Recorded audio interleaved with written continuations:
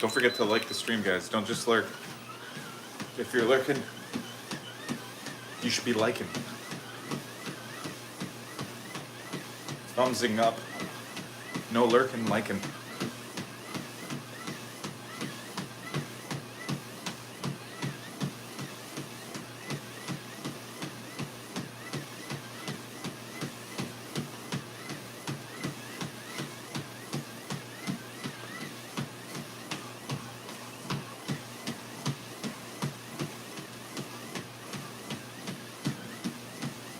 Thumbsing it up.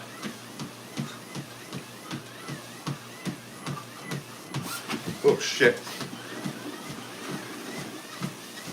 My my ground almost just fell below my feet.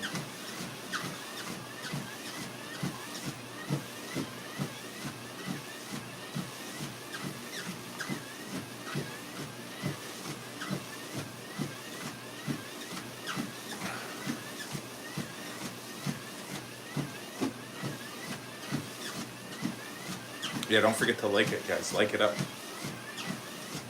Don't just be lurking. If you're lurking, you ain't liking. Thank you for the comment. I really appreciate your comments. Maddie Lab, or whatever your name is. Walking, going nowhere. What's to like? It's up to you. You could like whatever you want, but I'm asking you to go to bed. I'd love to. I'd love to go to bed, guys, but like most people, I think sleep, when you want it, you can't have it. When you need it, you don't want it. You know, it's one of those things, you know, when you wake up in the morning and it's time to roll out, there's nothing more that what you want to do is just pull those covers a little deeper over you and shut off your alarms and go back into dreamland, right? But then at nighttime, when you're tired and you should be shutting your brain off, that's when you want to do all your things, you know what I mean? Does anybody else have that? Raise your right hand up and do the peace sign.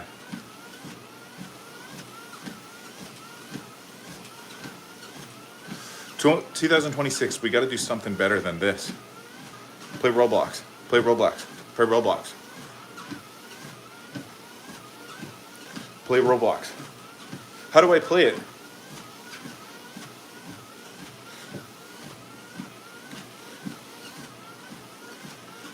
Hi, 1-2.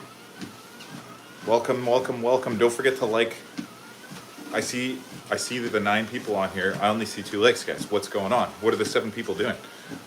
Where are you walking to in 2026, brother? We all walk in different roads. Believe that.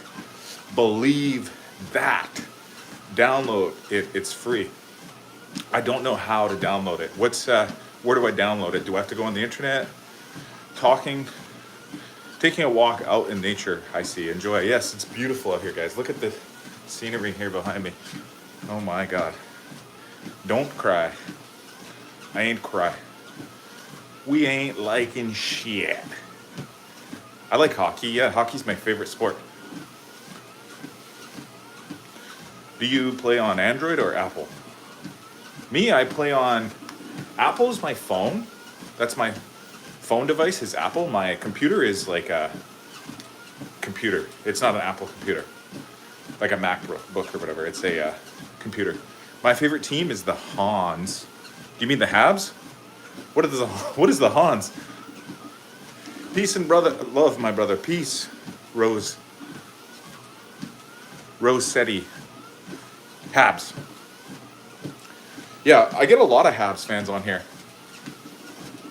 I can't remember the other guy. There's another guy that comes on my stream all the time, and he's always talking Habs, asking about trades. You know, who should the Habs be trading for? You know, stuff like that. There we go. I see the Lakers coming in. Am I in Canada? Yeah, I am actually.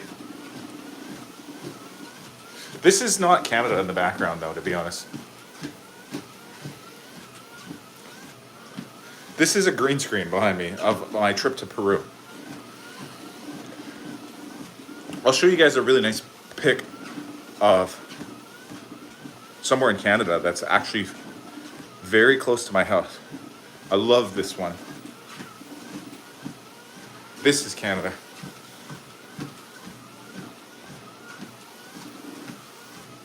What's a green screen? It's like a fake background. It's like I'm not actually outside, guys. I don't know who I'm tricking with this. 2010 Subban Volcanic Camilleri Halak. It's beautiful team Gianta too. Where in Canada? This is Vancouver Island right behind me. This is Nanaimo. I'm from Saudi Arabia. Welcome from Saudi Arabia. Thanks for watching.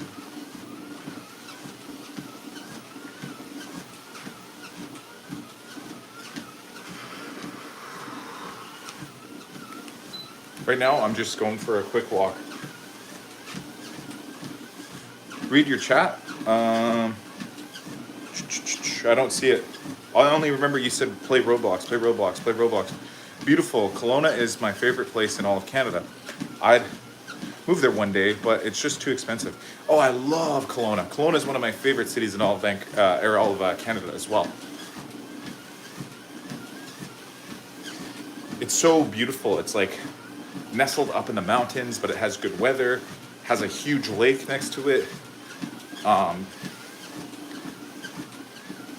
It's big enough that it doesn't feel like you're in a small deserted small town, but it's small enough that it doesn't feel overcrowded or overwhelmed. It's a really good place. Vancouver missed the Twins and the Canucks too, but they never won a cup. Hello from Scotland. What is going on, Scotland? The Highlander. What is it? What is your name? De Tomaso?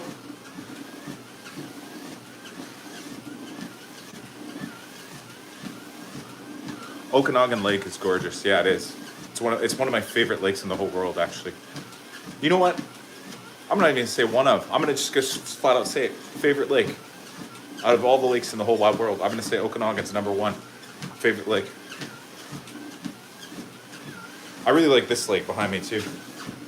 In the picture, that's Westwood Lake. It's a very small little lake though. Like, you can walk around it in a couple hours. Like, it's only 6 kilometers. 6 kilometer like radius. Or diameter rather. Is it radius or diameter? Radius, I thought.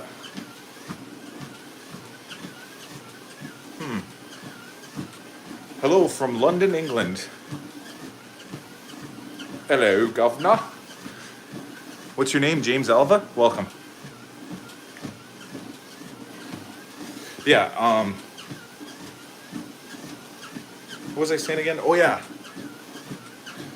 The perimeter of a lake. Would you say that's the radius or the diameter?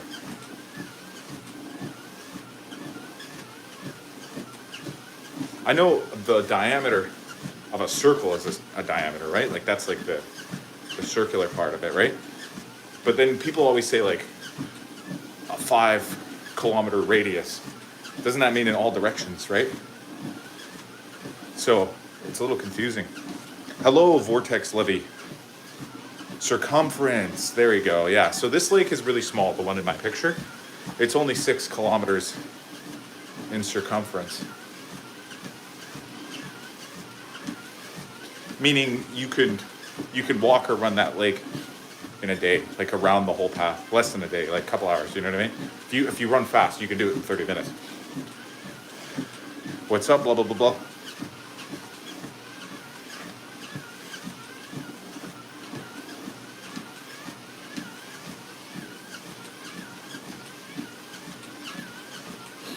Have I ever played INTVL? No, I don't know. I've never even heard of that, to be honest. What is it?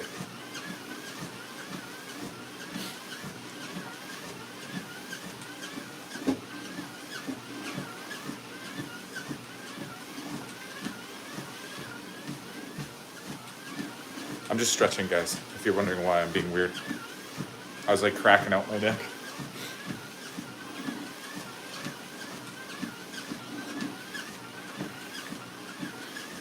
Interval. It's an app where you can run in real life to conquer areas. Oh yeah, I've seen that one before. I didn't know what it was called. Do I like stretching? I've been more fond of stretching lately. In the last like couple of years, I've gotten very fond of it. But previously, I wasn't that much big into stretching, but I've been finding lately I've been getting more and more into it. Name 10 stretches. Okay, I don't know if they have names per se, but I could show you 10 stretches that are, every stretch that I know is basically just the name of a body part and then the stretch. You should try it out, it's peak. I'll try it out, Interval. I've seen it, I've literally seen that app. I know what you're talking about. Like, you run and you have to like conquer, it's like a real life, an IRL. It's almost like Pokemon Go, you know, where it's like mixed with reality, like real places and a game, right? I've seen it. But yeah, like for example, to name 10 stretches, couldn't you just say, like, shoulder stretch, left shoulder stretch, overhead, another shoulder stretch. Hey man, keep coming back to your stream. You're doing something right. Thanks. I don't know how to stretch.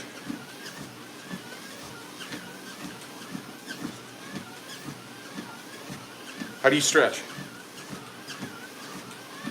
Explain it in full detail. I want an entire, complete, full-on explanation. Winston Churchill would be proud. Isn't that the president of England? During the war?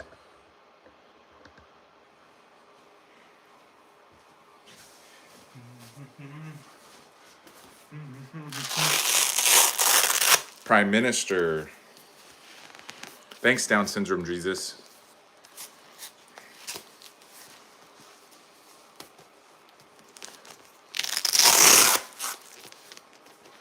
Bill Reed. I don't get it though. Why would Winston Churchill be proud? I don't get it.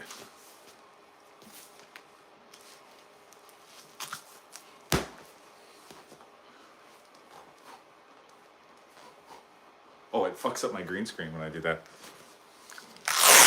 How do you only have 812 subscribers, man? I like your content. I guess because it takes a long time to build. It's hard. It's actually really hard to get your first 1,000. Like for a lot of content creators, it takes longer to get to their first 1,000 than it does to get to their second 1,000, like their 2,000 or 3,000. You know what I mean? It's very slow growth at the beginning.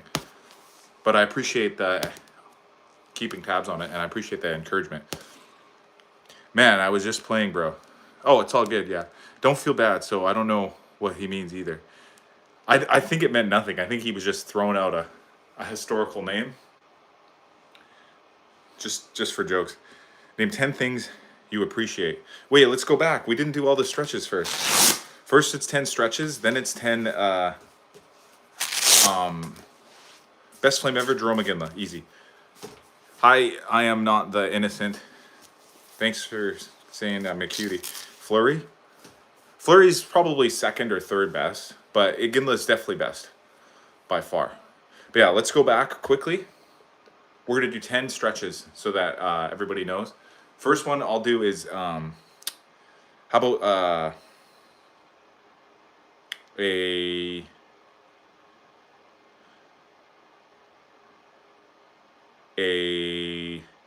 oh, I know, a quad stretch. This one is, you have to have a good balance for. I'm going to put the camera more down, but you go like this. And you hold your heel as close to your butt as you can. And you have to have good balance for it. And it stretches your quad. So there's one. This is right side. You guys can see my right is more tight. I can't even get my heel to my butt cheek.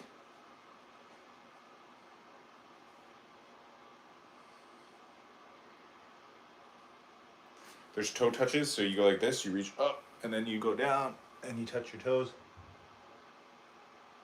That stretches out like the backs of your quads, like your hamstrings, the long nerves that go down your legs. Al McInnes, I believe he played for Calgary. Al McInnes is also one of the greatest flames. But the greatest flame is definitely Jerome Iginla. It goes Iginla, and then in the top 5, you have Theo Fleury, Al McInnes, Mika Kiprusoff.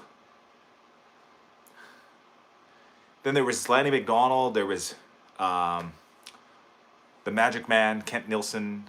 There was Johnny Gaudreau. Can you box in a hockey game? You could fight. No, McDonald was old. No, I know, but he had some 100-point seasons, did he not? Didn't he have like a 60-goal season or something like that when he was young? I guess that was before he played for the Flames, right? But he was pretty good. Okay. Anyways, there's this stretch. This one. This one is just called the trunk rotation. And it stretches your hips. And, yeah. There's twists. Anyways, we're done the stretches. Now, let's do the 10 Pokemon. Somebody said to name 10 Pokemon. There's Pikachu, Charizard, Bulbasaur, Squirtle, Charmander, Venusaur, Ivysaur, Blastoise, Wartortle, Charmeleon, Vaporeon. Was that 10? Hey Ruben, how you doing? I heard you got sacked last week.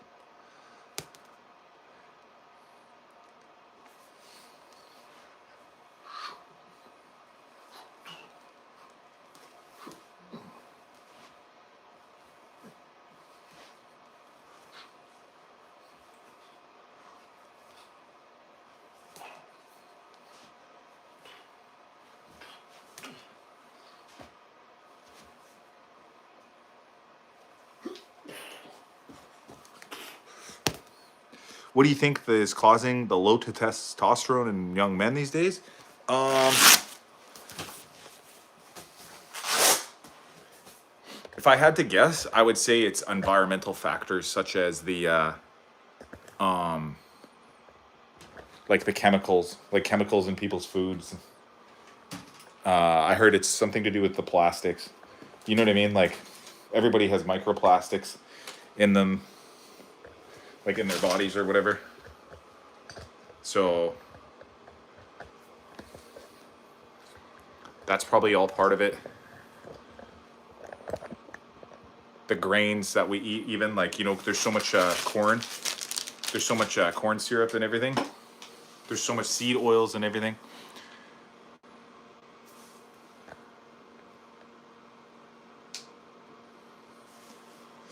Yeah, it's probably to do with a lot of the chemicals and toxins that are in people's food. And on top of that, it's probably, you know what I've heard? And this, I don't know, this could be true, this might not be true, I don't know. But I've even heard that the potential might even come from um, hormones that are being injected into the meat. So, like, for example, cows and chickens, are being given hormones to make them more, I don't know, like females, like like more female cows and chickens or something like that. Like maybe that's what it's for. But then it like passes through, and then when you eat the cow, the beef, and the chicken, like maybe it goes into your system or something like that. Then there was like they put like female hormones in them or something like that. Man, you look like Paddy Constantine, British actor. I'll have to look him up later. I'll have to look that up. I don't know who that is. I've never heard of Paddy Constantine. I've only heard of Paddy Plimblett, the British fighter. Yeah, a lot of unhealthy things in these foods. If you see foods like the European countries are a lot better. Yeah, man, Europeans for the most part are happier and friendlier. I don't really know. I've never been to Europe, so I can't comment upon that. I think in general, most people in Canada are quite happy and healthy, but there is a lot of unhappy and unhealthy people here too, and that brings down the average. But specifically where I live, even like I swear this island is very healthy and happy, and it's very like natural and holistic here compared to a lot of other places. But um, I don't know. I guess that's probably the main reason why if there is a discrepancy in the testosterone levels in young males, then that would be it. But I don't know what to trust, because how long have we been testing testosterone levels in males? Is there a lot of homeless people where you live? We have so many. We have in thousands.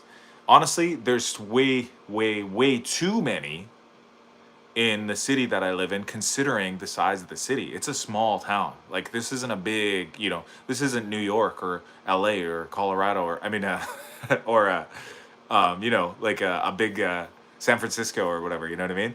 This isn't a big town that I live in, you know what I mean? So the ratio of homeless people to, um, like well-off people or whatever, housed people should be, there shouldn't be that many, but there's a lot here. And part of it is to do with um, some governmental policies that are actually getting changed in BC very shortly here. I've heard about this. There's a policy right now in British Columbia, the province in which I live, that allows for the decriminalization of illegal drugs.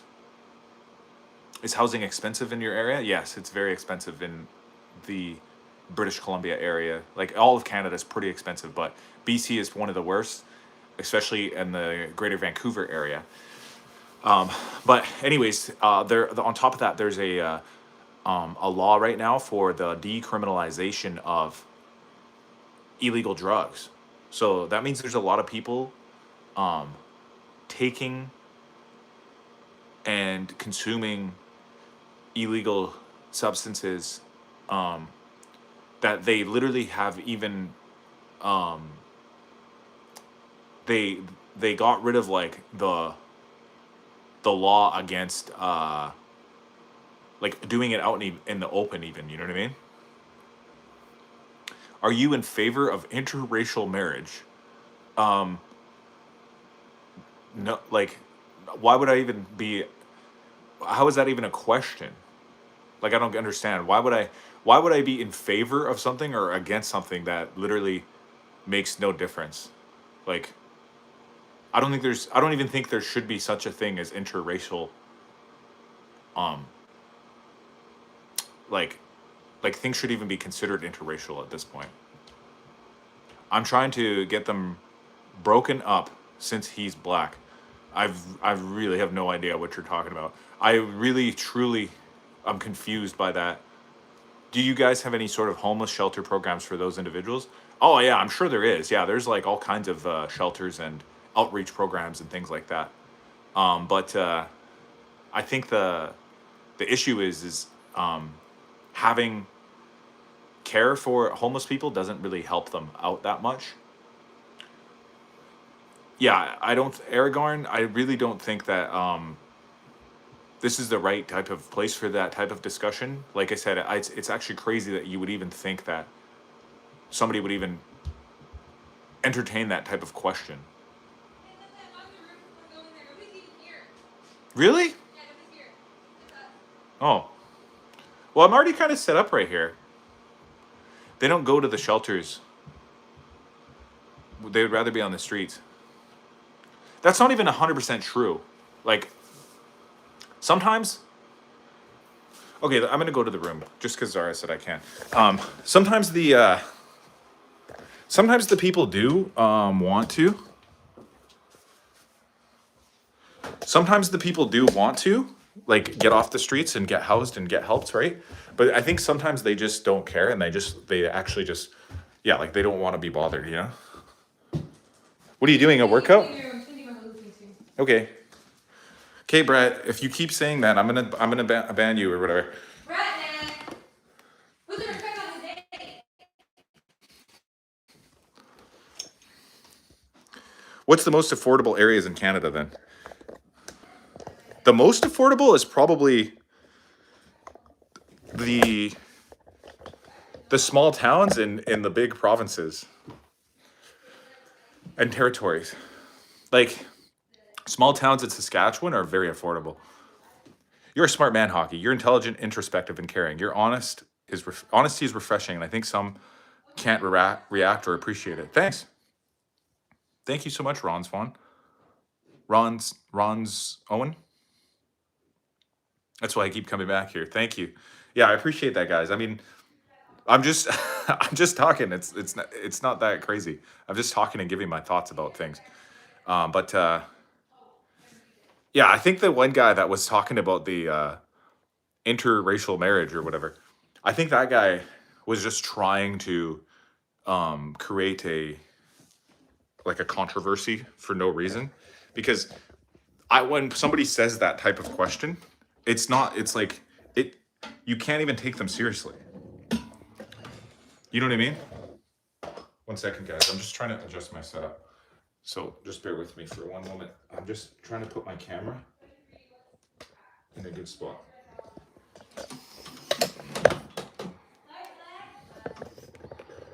Sorry, guys, about the camera. Why can't you take them seriously? Because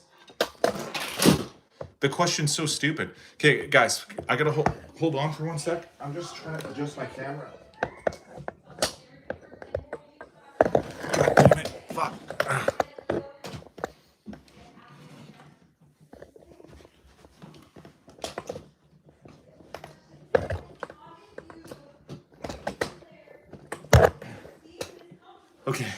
Okay, sorry, guys. Oh my God.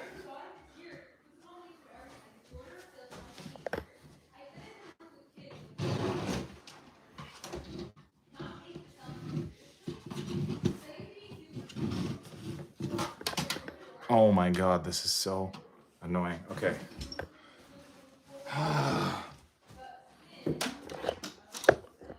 Holy.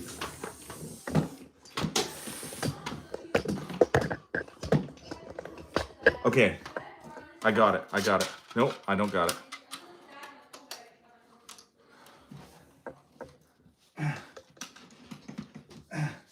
Okay.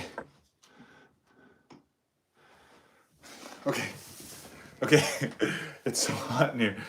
Okay. I got it. We're good now. Welcome back, guys. Almost. Almost there. Okay. Just got to lower this down. Okay. There we go. There we go. There we go. Okay. So to explain this in more detail, guys, you can't take those people seriously because the question is so ridiculous. Like, it's like, why would you even ask that question? Do you know what I mean? Carla. Hi. Hi, Carla.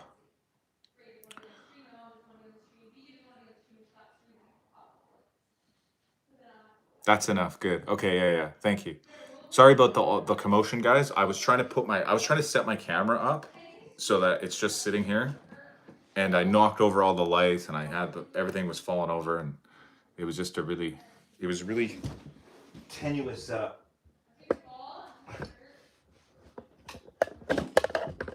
There. Okay. Now it's good for real. I was just making sure everything was good. Most people married their own tribes and races, which is a good thing, I believe.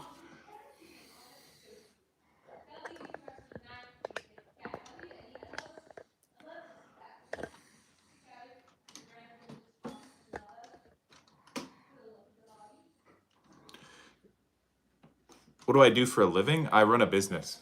I do like a property maintenance business. I do like landscaping and house cleaning, stuff like that. Like exterior property maintenance on lawns and houses. The main thing is that married couples stay together and not all these broken families. Outcome registration. Nobody asked me. Can't bear me dropping my freshly extra large coffee all over Canada Postal Service Bureau. Why? What happened?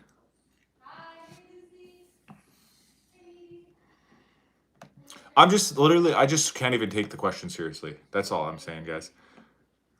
Don't you translate? Um, I don't know what you mean by that. Hey, hockey, if you're following college football, what do you think about the Heisman Trophy winner, Fernando from Indiana? He reminds me of you.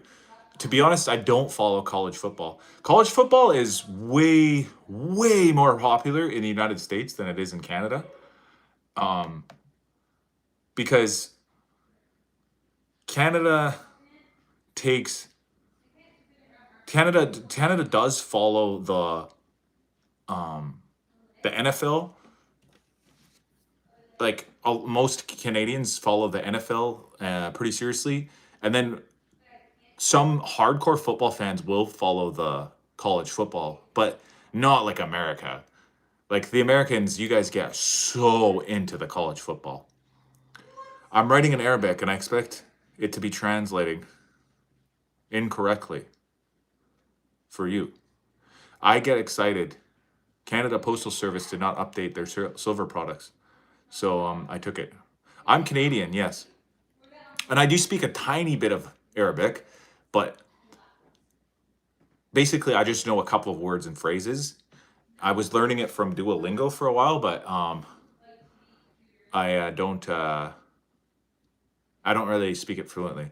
Hey, hockey, take a guess what my job is. I'm gonna guess you're either a doctor or a musician. Play it safe, I see. LOL. What do you mean? Fluent in French. Shout out to Canada. Speak. I want to understand what you are saying. I could do the numbers. واحد اثنين ثلاثة عشرة خمسة ستة سبعة ثمانية تسعة عشرة. I'm a highway patrol officer for the Q. What is the Q? The QEW. Oh, the Queen Elizabeth, the QE2? Queen Elizabeth, yeah, I got it.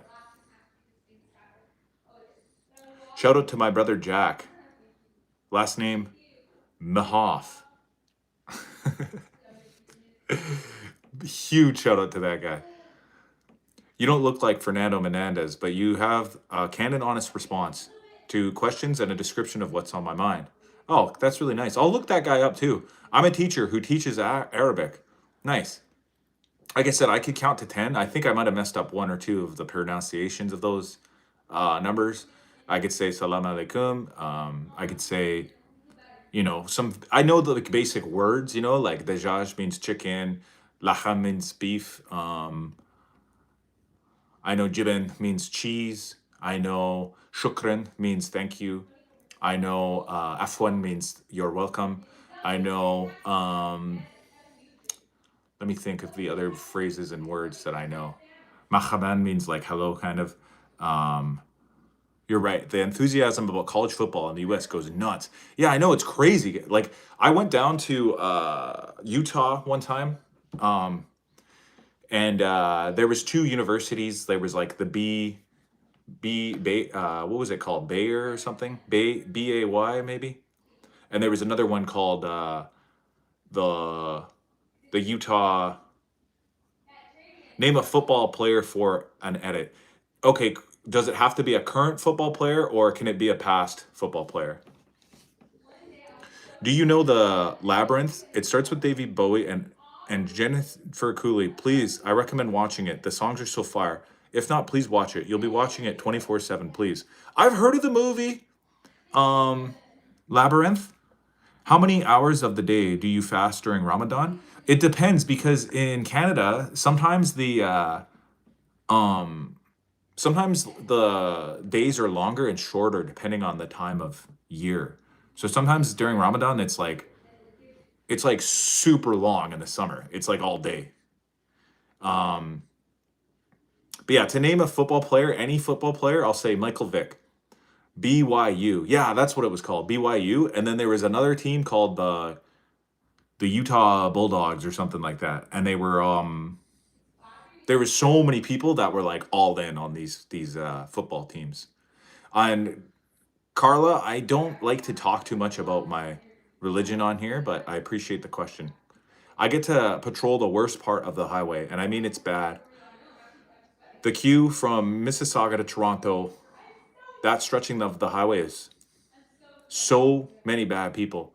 Yeah, you know what's funny is there's a highway up in Alberta called the QE2, and it stands for the Queen Elizabeth II Highway, which is the highway between Edmonton and Calgary. But yeah, those are most of the words I know. I know house is bait. I know door is Bob. I know the key is smart.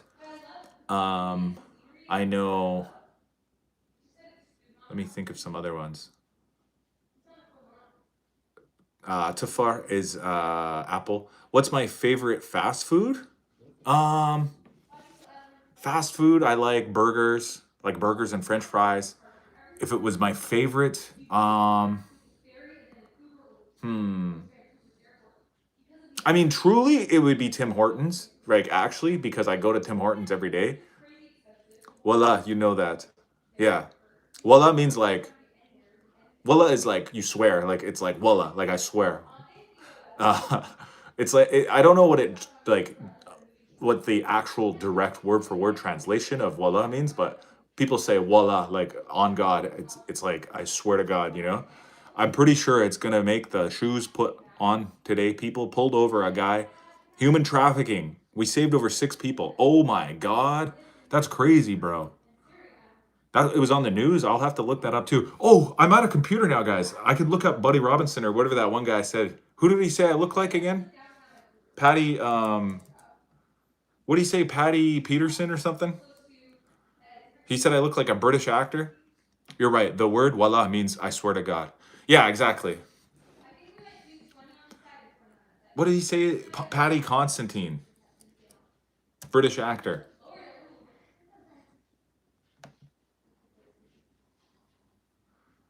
Okay, no, I don't really see it, guys. He doesn't really have a beard in any of his pictures, so maybe they're talking about like more a facial structure or something like that. I don't know.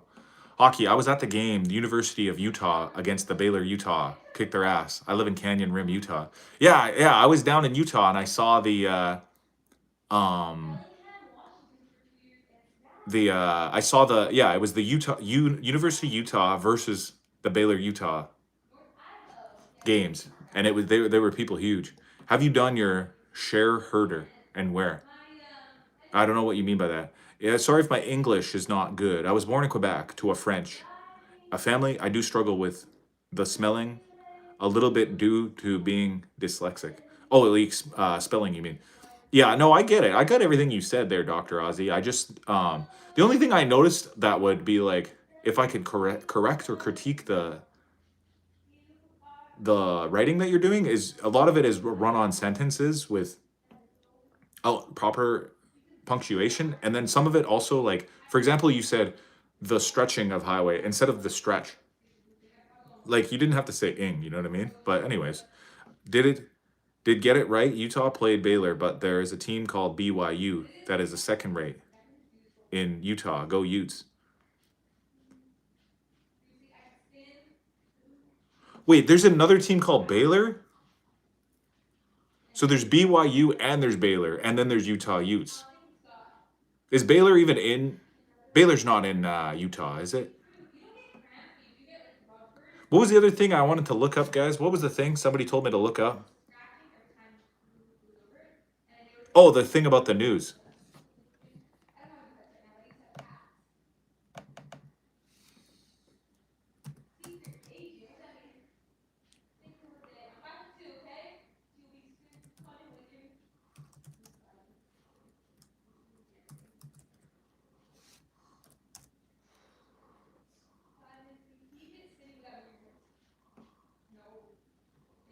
Okay, I'm looking it up.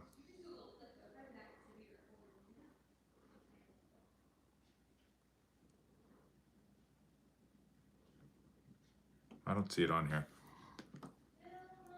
Looks like Botox? What looks like Botox? Me? I've never had Botox. That's crazy. I think it's just these good lights in here. See, look, I'll turn off the light. I'm really excited for the end of this month. It's probably going to leave me out of money. There's a lot of games that I want that are releasing. D&D releasing 4 new books. What will improve cognitive function? My short-term memory hasn't been great lately. Oh man, I don't know. That's a really great question. And I've been literally thinking about this a lot too lately because I think I have some problems with my short-term memory as well. And my worry is I think that it's a function of having too much information. I think that we're in a time right now where there's so much access to information because we're all on the internet, we all have phones, we all look stuff up all the time, right?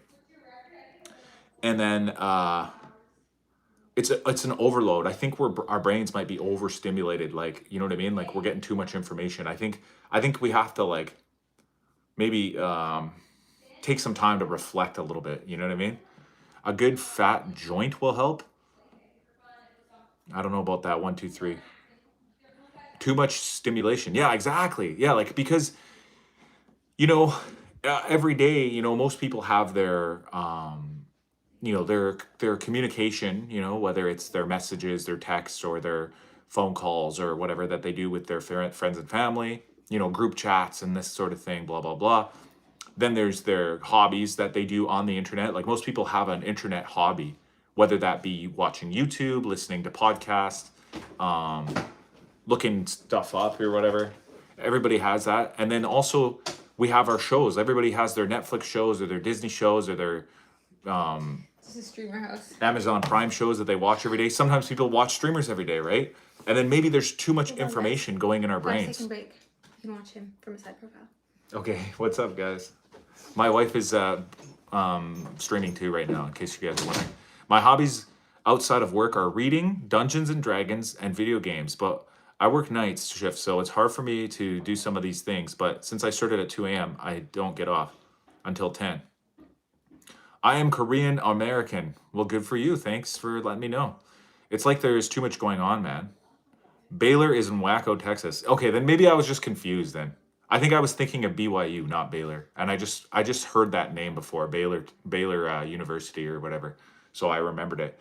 But to answer your question, guys, I think yeah, there's too much information stimulation, you know what I mean? Like we're always online, everybody's like looking stuff up, you know, watching YouTube, watching Netflix, watching TV, you know what I mean? And then the next thing you know, you forget all the facts that you could remember, right?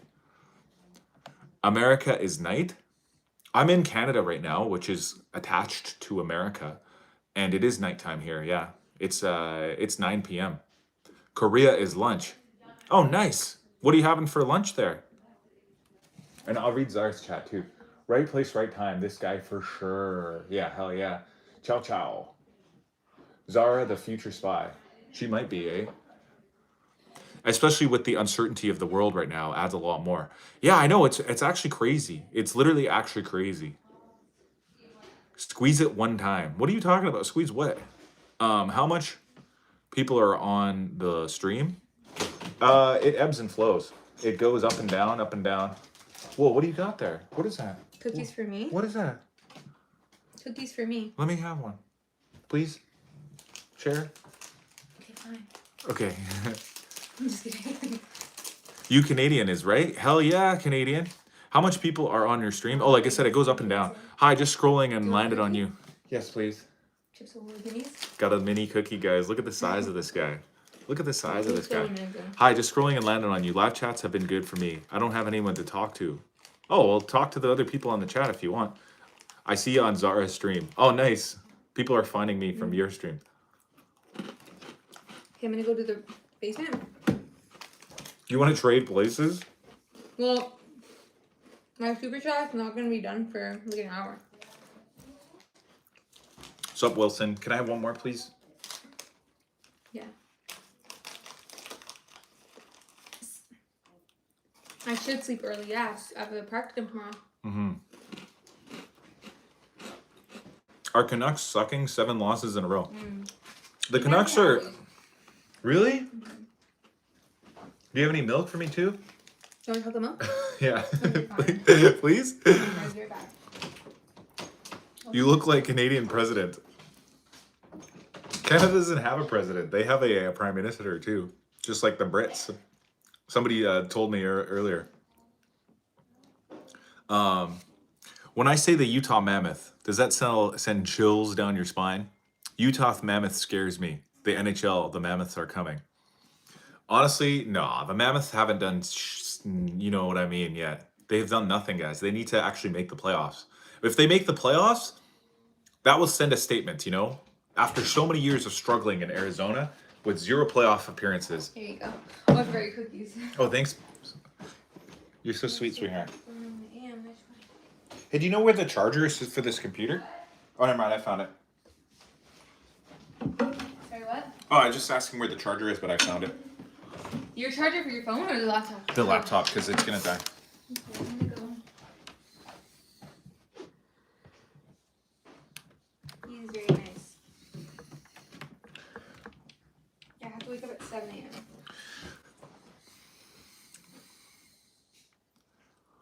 I got bit by a what does that mean? Oh my god, you need to get some aloe vera. What did you get bit by?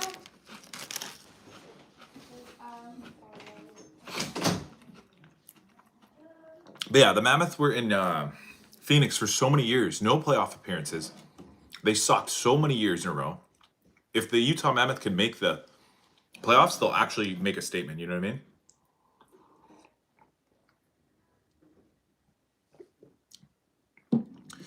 Hi, brother. What's going on, Jogo?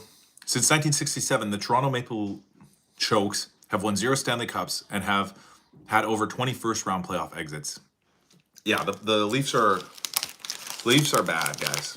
Like on a historical level, they're pretty bad. Now, to be fair, some other teams like the Vancouver Canucks have never even won a single Stanley Cup. And it's been a lot of years for them, too. In Canada, is there many Koreans? I would say so, yeah. There's quite a few.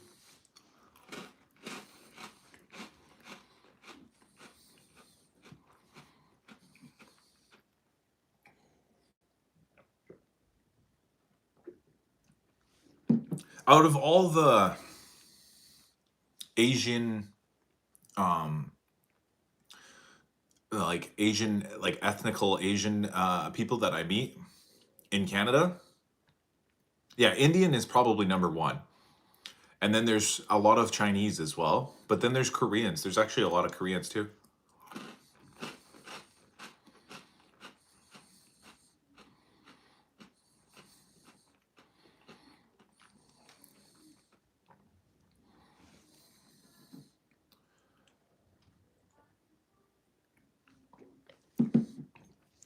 Thanks, Eyes Wide Open. Thanks for commenting.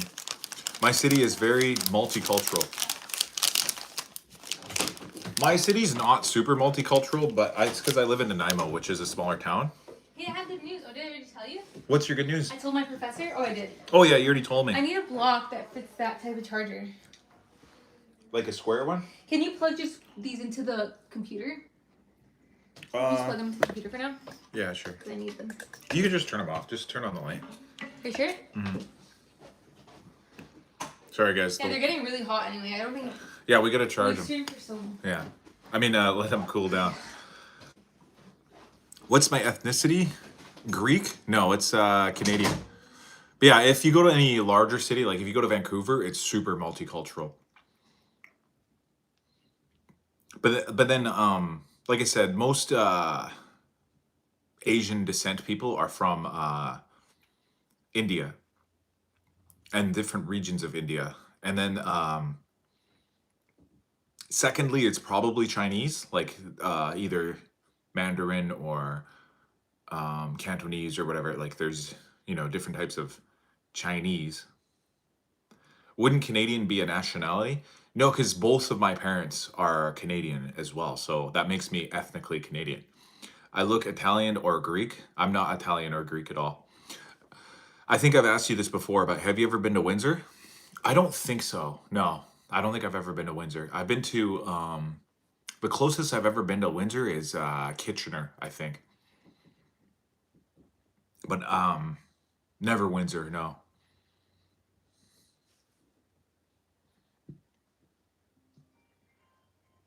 Is Canada's president is named Brando? I don't know Canadian minister. No, the Canadian Prime Minister is Carney, and he's a prime minister.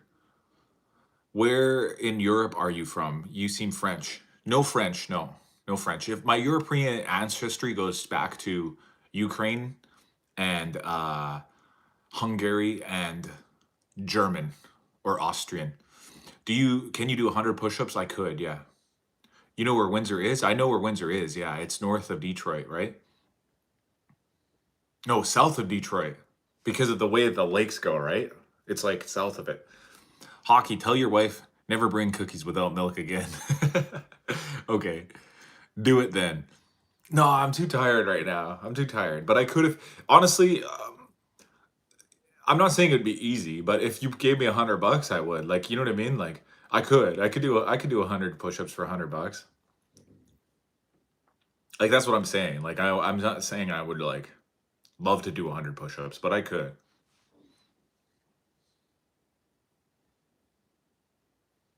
Push-ups are easy, guys. Like, come on. Just push-ups in general are easy. 100, if you're saying 100 in a row nonstop, you would get kind of tired. Most people, at least, would get a little bit tired by about, probably about 50. Somebody pay the man, yeah. You look like Justin Trudeau. Really, I don't think I look like Trudeau, but sure. You know what I've heard? Lots of people said I look like Ilya Tapourier. Most people would get tired by 10, bruh. You think so? 10 push-ups? Okay, how about this? Most average people would get tired by 10. Like the normal, like most average, normal, regular people would get tired by 10 push-ups. But I think most in shape people, and I consider myself to be in shape, could do like 25, 30, 40, like pretty easily. And then they would start to get very tired by 50. And then if you can easily do 100, that means you're like very, very in shape. Like you actually are like, you know, trained, and not only trained, but also like tuned up. You know what I mean? Like ready. You know what I mean? Paging Dr. Hockey. Was communism bad? I don't know enough about communism. Uh, like I've never experienced it or whatever. I mean, I've heard that it's bad. Like some people have told me it's the worst idea ever. Like I've heard that it's evil. I've heard that it's bad or whatever. I think maybe communism is a good idea in principle, but it doesn't work in practice. If you're a man and you can't do 30, you need to work out. Salt Lake City, Utah is a huge hockey town. There's a lot of support for the Mammoth to do well. Oh yeah, they probably do, eh? I kind of hope the Mammoth do well. Out of all the hockey teams in the National Hockey League, besides the Calgary Flames that I would support, I might actually support the Utah Mammoth, just because I feel like they'll have a good fan base, and that organization was so dysfunctional when it operated in Phoenix, Arizona. I'm studying history. Good for you, Zach. I'm a man and I can't do 30 because my arm's broken. Am I still a man? I mean, yeah, technically, it's very like short-sighted to say somebody's not a man if they can't do something, but like everybody knows what you mean when you say that. Like it's mean or it's rude or whatever to say something like that, or it could be construed as that being that way. But in reality, like you're trying to say like it's not manly if you can't do 30 push-ups, or like you have a deficiency as a person, as a man, if you can't do like 30 push-ups or something like that. But personally, I think I could do. Like I said, I think I can do 100 push-ups. I think it would be very tiring, though. It would not be easy, but I could. Hi, Abdullah. I don't think racism is good, and I think everyone should share culture. That's good. My shirt is your favorite color? Nice. I like the two hands up, I love that emoji, actually. It's like, hell yeah. You know what I mean? How's my day? My day's been good. I had a great day, to be honest. I woke up a little slowly, a little tired, but then I got going, had a great day at work, and then came home.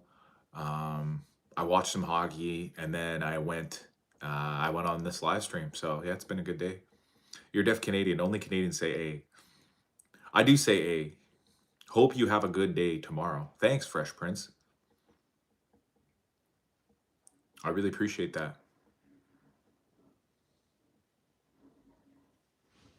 Your day's ending. Mine is just about to start. It's 8 a.m. here. Oh, nice. What country are you in? I had a Korean guy on here earlier. I don't know where he went. I also had a Scotlandian person. I had an Englishman from England, from London. I'm in Syria right now. Oh, nice. How's it over there in Syria? What's the weather like? Is it warm? Michael CFC is from Scotland too. Yeah. It was North Korea, because maybe might have an idea where he went. No, I don't. I thought the North Koreans don't get the internet. Like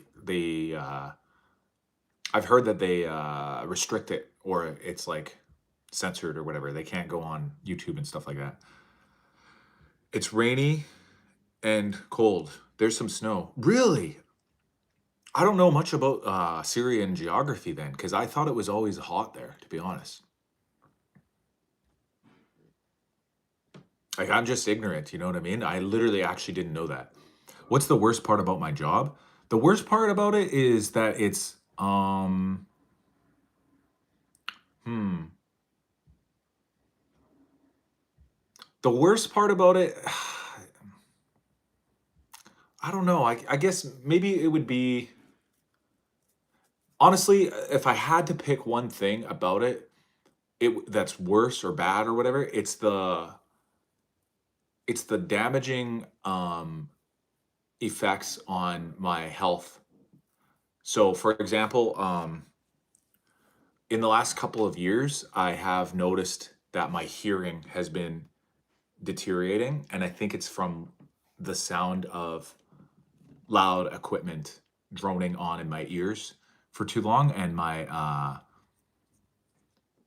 hearing it feels like it's worse than it used to be, and I think a lot of it has to do with the type of work that I do, like the job that I'm doing, and then also another thing is sometimes I've gotten, you know, slight injuries like to my arms, my shoulders, my wrists, my hands, my knees, my back, like, like just nothing crazy. Like I've never been debilitated in some sort of way from an actual workplace accident or injury, but it's like slow, uh, chronic pain and injuries that can happen. So that's probably the worst part about my job is damaging health effects.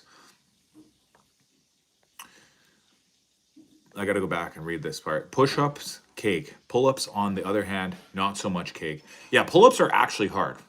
Like an average person probably can't do one pull-up. Like what you would consider like an average normal male. If you put them on a pull-up bar, I bet you like 90% of average normal men would not even be able to do one. Why is North America called North America, but not Russia? But North Russia can't be called North Russia. I don't know. I don't get that.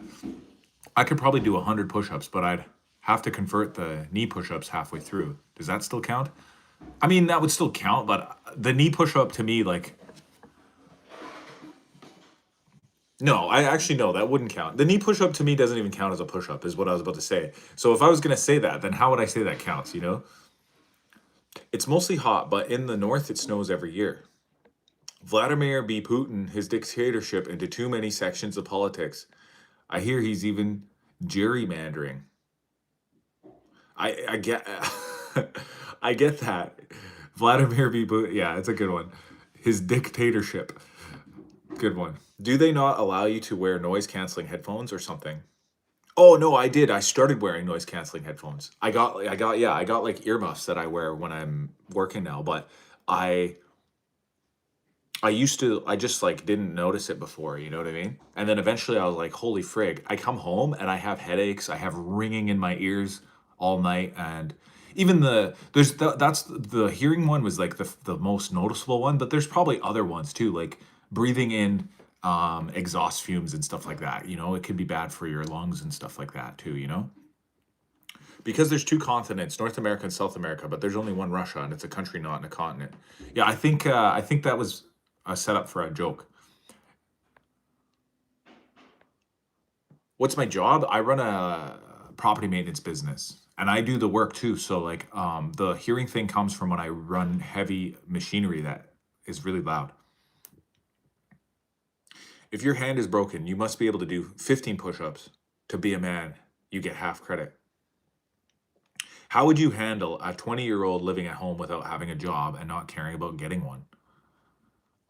If I had a son or a daughter or whatever, like a 20-year-old child that didn't want to get a job, I would just get them to get one. I would force them to. I'd say get out of my house. Yo, uncle, I have a question. I need some help with it's been on my mind. Okay, ask the question. Yeah, I wouldn't actually. I'm just joking. I would motivate them. I asked Zara this last week, but what's the best advice for making passive income? Um,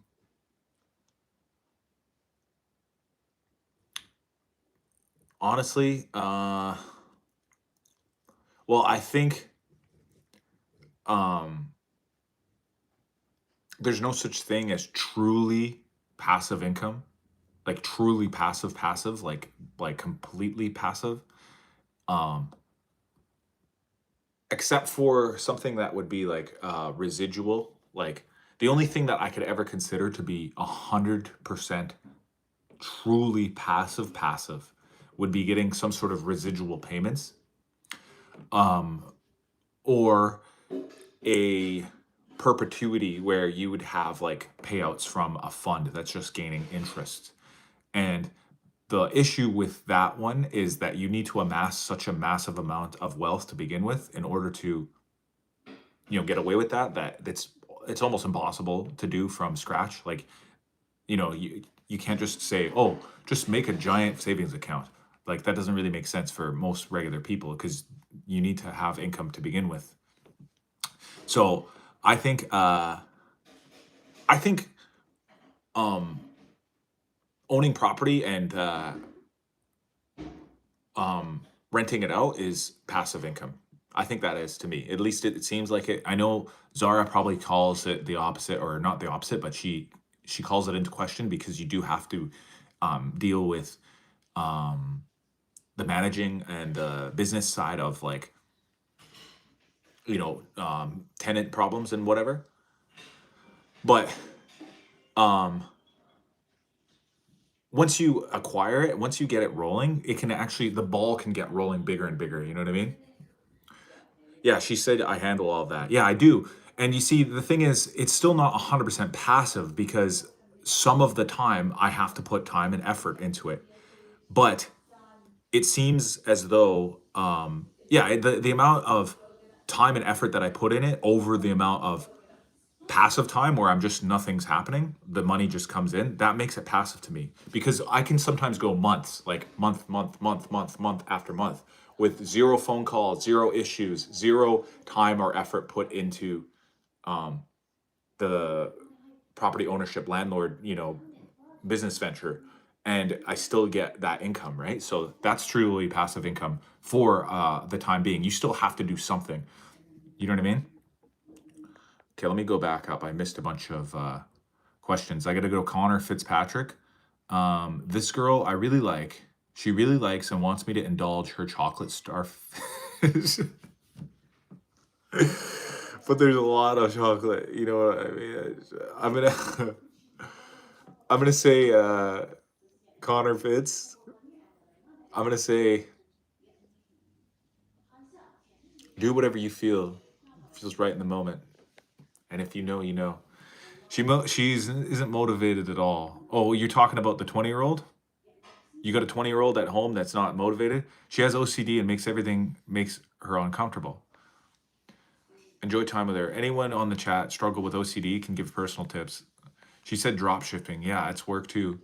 She said you handle that. Less items, less stress. It's like having a part-time job. Breath work and embracing OCD helps became a psychopath for fun. A nice passive income is $1 million annuity at 10%. What would you make? About 100 grand a year? Sounds passive to me. Exactly. That's the thing I was talking about, the perpetuity. If you had $1 million in a high yield, like interest account, yeah, you could just keep taking out money from that as passive income. And it would, the interest growing back up year over year would always be enough to keep this fund alive forever, basically. But the problem with that is, where are you going to get $1 million from? You have to get the million first. How many cats have I killed? I've never killed a cat. People with OCD aren't psychopath. But yeah, the drop shipping thing I've heard of, but to me, that also is not truly passive, because you still have to do the work. Welcome to Camel Herder. We're just chatting. We're just having a chat here. You still have to do the work to begin with. You know what I mean? Like, I get some people say it's passive income because you just set it up or whatever, but you still have to set it up. What are you going to drop ship? You have to think of the idea. What item are we going to drop ship? Where are we going to publicize this item? How are we going to make it all work so that the numbers work and the website works and this and that work? Like, you still have to do a lot of work to begin with. And then I guess eventually it becomes passive. But that's how I see the property ownership thing as well. And maybe it's just me being old school that I think, yeah, what about renting houses? That's the thing we're talking about, renting houses. I'm a bit old school, and I like the tangible idea of the actual rented house, because in the end of the business cycle, you always have the house. The house is always still yours. You know what I mean? Whereas if you're drop shipping items, the items that you're drop shipping could eventually no longer sell because of whatever reason. Like I don't know, like some things just eventually stop needing like or being bought. But housing never stops being bought. Everyone will always be looking for a place to live.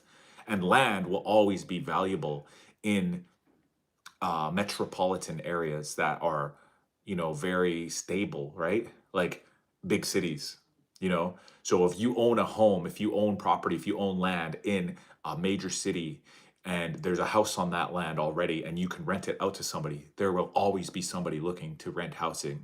Housing will never go off the market. Whereas if you drop ship items, like let's say you drop ship like, I don't know, some sort of items. I don't know what people are drop shipping, but the items could be eventually be go out of style. People could stop buying them.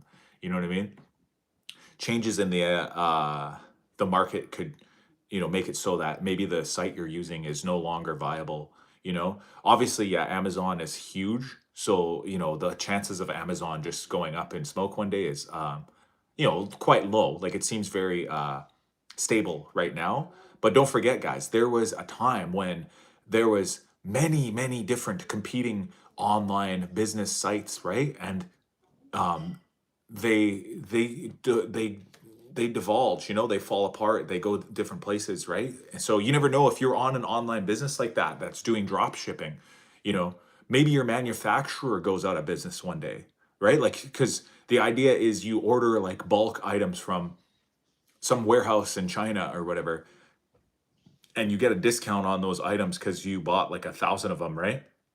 You put up ads and then you sell them off for a higher retail ticket price to consumers on Amazon or whatever, right? And then you collect the difference. You make the profits, right? That's how drop shipping works. And you don't have to do anything once you've set up. You've done all the groundwork. But the problem is one day that drop ship, that one day that factory in China might go out under for some reason. You know what I mean?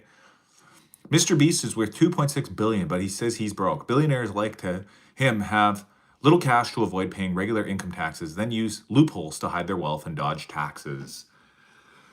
Yeah, that's probably true, I think, yeah, most people that get that rich, they hire a bunch of lawyers and financial advice people that know how to use the system against itself to avoid having to give up much of their wealth to taxes and use their they just use secret ways to get away with having as much money as they can without having um to give away it, like to give it to the government or whatever. Do you think he's an industry plant? I feel like he popped out of nowhere. We know nothing about his family, his parents, etc. No, I don't think so. Mr. Beast? No, I don't think so. I think he wasn't he on YouTube when he was like a kid? When he was like literally like 12 or 13 years old. He was already on YouTube making like gaming videos and stuff like this. So I don't think so. I don't think Mr. Beast is an industry plant at all. I think there's a high chance that he's a psychopath. Or sociopath, whichever one, sociopath or psychopath. I think he might have one of those. Hi, Junior Alley. That's where it started. Why do I say that there's a high percent chance that he's a psycho or a socio? Vibes. Yeah, some of the vibes that he gives off, and just some other YouTube videos that I've seen, like breakdowns of him and his tendencies. I've seen some people that had interactions with him in the past that had a lot of insider information about Mr. Beast, and some people could say that they're hit pieces or whatever. But at the end of the day, I think that uh,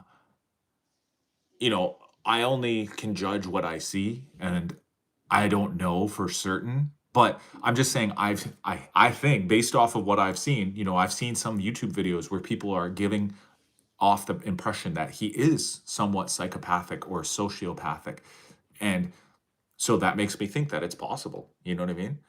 I could be wrong. I'm not saying I'm right. I'm not saying that it's 100% certain. I'm just judging what I seen from what I seen, and yeah, the vibes that I get too. He's not genuine in his emotions. Yeah, of course. He kind of seems like, yeah, he's a little fake sometimes. Really appreciate the streams. Could I have a shout out? Dirty Knees grows.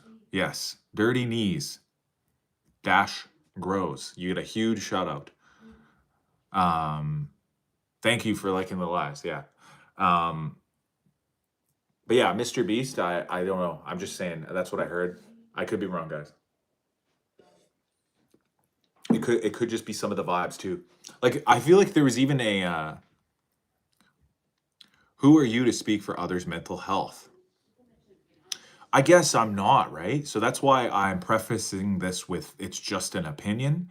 I'm not a doctor, I'm not a psychologist, I'm not a personal representative of a Mr. Beast or an associate of his. Like I don't know him personally, so it is very judgmental of me to espouse the opinions, and I understand and I take responsibility for that. However, I think with his millions and billions and millions or whatever amount of followers and subscribers that he does have, and the amount of personal recognition he gets through his fame, I think it's reasonable to understand that when I speak about somebody, I feel like you know it's reasonable to talk about somebody when they're in the public eye like that. Like even I would give up scrutiny if people started talking shit about me. I would understand because I'm online too, right? I bet if he send you a super chat, you will change idea very fast. I guess, yeah, if Mr. Beast came on to my live chat and gave me a super chat, would my opinion of him maybe being a psychopath or a sociopath change? Maybe, yeah, I guess. But you know why? Because that would be another personal interaction. I would consider that like more of a personal interaction. Not face to face, of course, it would be online only, right? But at least that would give another bit of information. Like I said, my opinion is only based of the information that I already have and the information that's been presented to me, right? Jenny, why are you writing in all caps? Chill out. Money doesn't change what's apparent. It's easy to read, Chestlight. You never know if a person can see well. That's true. I actually should be wearing my glasses, but I don't like the way I look with the glasses on, guys. I'm just going to straight up tell you. I'm a little self-conscious about the way that I look with the glasses on. What a wonderful response to the accusation that was made. You were very honest with your opinion and gently letting someone know that you are smarter than them. I don't know if I'm letting them know if I'm smarter than them. Not a fan of contacts? No, I can't. I tried contacts one time, so maybe I didn't give it a long enough chance. Okay, I'll get the glasses. For you, Sardini.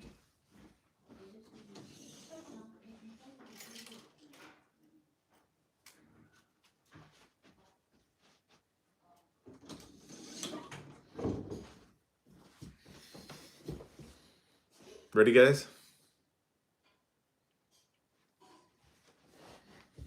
This is me with the glasses on. I feel like a Clark Kent right now or whatever. But yeah, I tried contacts one time, guys, and they were so uncomfortable. I hated it. I can't touch my eyeball. I can't put eye drops in my eyes. Like I still literally can't even use eye drops to this day. You know when you have to like put eye drops in your eye? I can't even do that, guys. I have a very strong like blink reaction. You know what I mean? Like my eye just blinks without like involuntarily. I would have to hold my eyeball open to do this, you know? Remember when Ray tried to barge into your bathroom while you were showering? Oh my god. Are you a police officer? I haven't broken the law and I need to be cuffed. No. You look the same though. You're just not used to them. They look normal. Very Clark Kent vibes. Same here.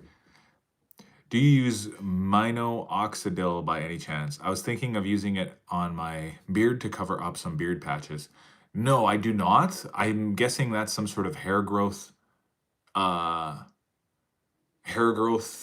vitamin or something like that. I think I've heard of that, but no, I've never used it before. What's up, Gone S? Welcome. Yeah, hair growth treatment. No, I've never used anything like that. But yeah, I know. It's just a personal thing, guys. I feel self-conscious with the glasses on. Like, it's just me. You know, I've been told that before, like they don't look that bad or whatever, but I guess I just feel like a nerd or whatever, you know, and I know that's like probably also bad, you know. It's probably a a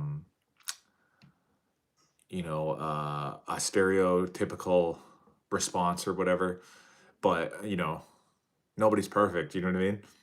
You look like Spartacus. Okay, now I have to look up Spartacus. Sparta Spartacus. I'm gonna see if I look like that guy.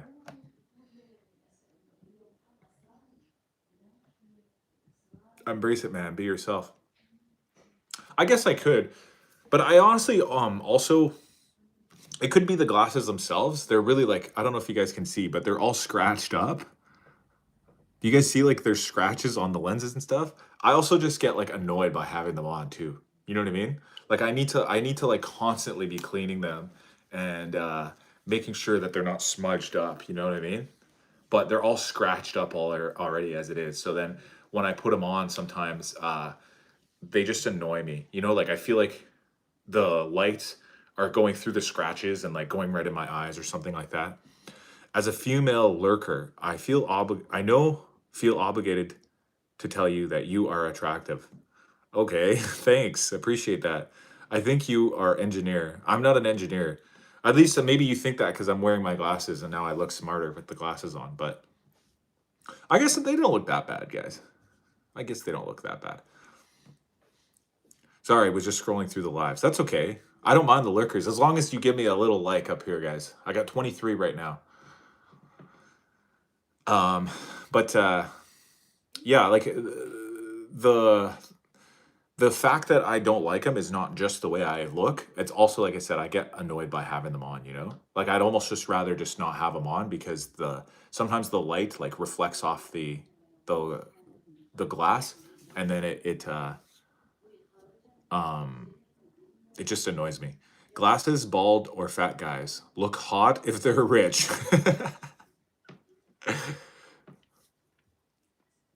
My glasses give me a headache.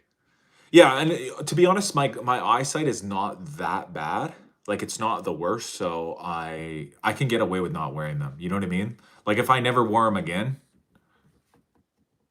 you know, my eyes wouldn't be perfect, but I can get away with it. You know what I mean? Like I'm not blind without them, is what I'm trying to say. You know? And this is a really weird thing that I'm gonna tell you guys, but also even when I'm not wearing them, I think because of the way that my eyes like the where my vision is blurriest, I think um it helps me just be myself sometimes. Like I know, remember even Gon said just be yourself or whatever. It helps me when I'm not wearing them glasses sometimes when I meet new people because I swear my eyes blur everything a little bit because when I'm not looking and I can't read their micro expressions, right? But if I'm wearing the glasses, I can see so much detail that it's like I'm reading their face and I feel like I get too you know, I start thinking too much. I start overthinking about like little micro expressions, like the way that their eyes look, you know, a twitch in the eyebrow, a little smile or a smirk or something, right? Whereas maybe if I didn't notice that, like it's like I'd rather have the world be a little blurry. You know what I mean? Yeah, overload, right? Yeah, overload. So sometimes I don't want to see everything in HD. You know what I mean? Like sometimes I just want it to be a little blurry. You know, obviously it's probably not good when I'm trying to read. So when I'm like reading or doing like schoolwork or something like that, then yeah, I should probably put the glasses on so I can actually see everything around me, right? But during the day, if I'm just walking around, you know, chilling, I don't want to. I don't want to have to see everything, you know. What is this live about? It's just about whatever it's about, you know? Whatever you guys want it to be about. Right now, we're talking about glasses. I can't remember how we got on it to begin with. Let me go back and check. How do we get on it?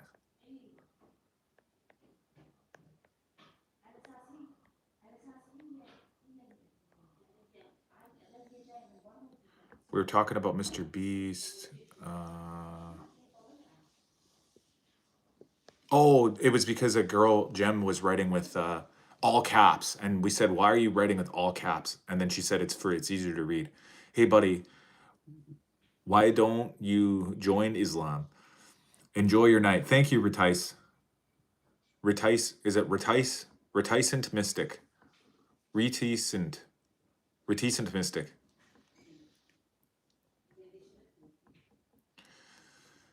But yeah, it's whatever you want it to be about, guys. If you want some adrenaline rush, I take off my glasses when driving. No, that's actually one of the only times that I actually try to wear my glasses usually is driving, especially driving at night. That's the big one.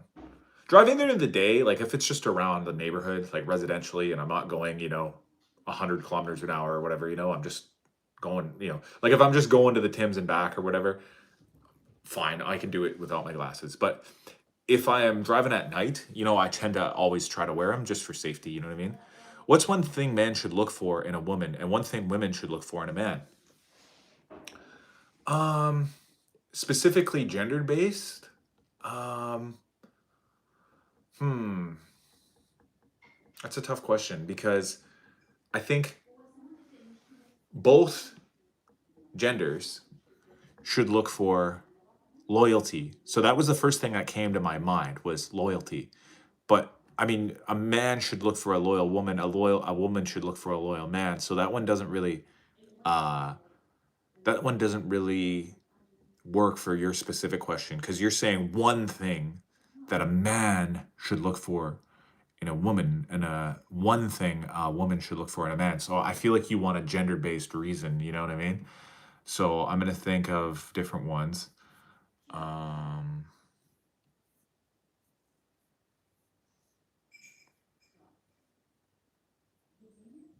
I think for a woman should look for a man who is kind and considerate, because I think some men, not all men, but a lot of men, some men, or even up to a lot of men, have trouble being considerate and kind, and they end up being inconsiderate, like sort of selfish in a way, and they don't realize it, and that makes them not very kind, right? So that's probably the one thing that a woman should look for in a good man. And then for men, a man should look for in a woman who can elevate them. A woman who doesn't let them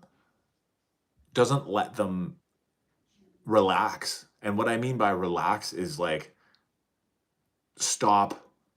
So it doesn't want the man to stop, elevating himself. That's what I mean. I believe men look for the two most important things in women: gentle and understanding. That's a good one too. But I almost would reverse it. I would say that a woman should look for a gentle and understanding man.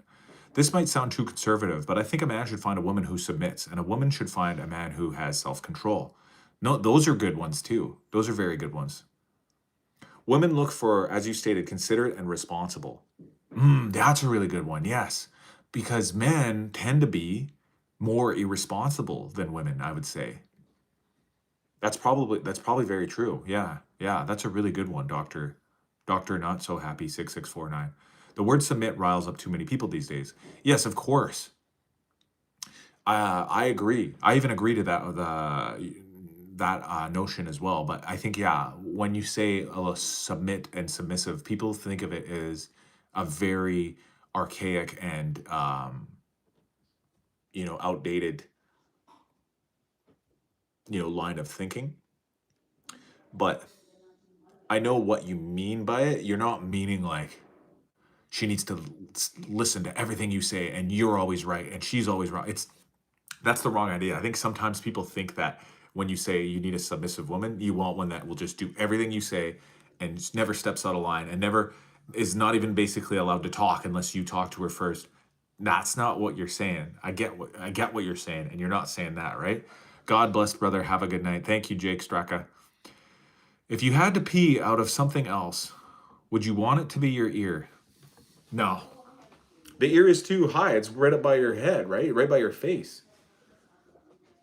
Like, no, no, no, no.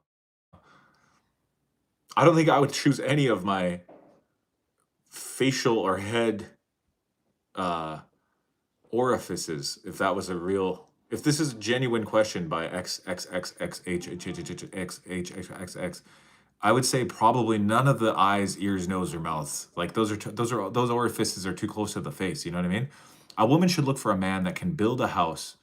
A man should look for a woman that can make a home. That one sounds like a frickin'. That one sounds like a proverb from like the old days or whatever. Like that one sounds like one of those ones where you could say that it's from any culture and people would believe you. Like, you know what I mean? You could write ancient Chinese proverb. You know what I mean? Right at the beginning of that and then put it in quotations and people would believe it. You could say there's an old saying from the South. We used to say this in Texas and maybe Alabama. And then you could say that quote, Or you can say there's a legend from the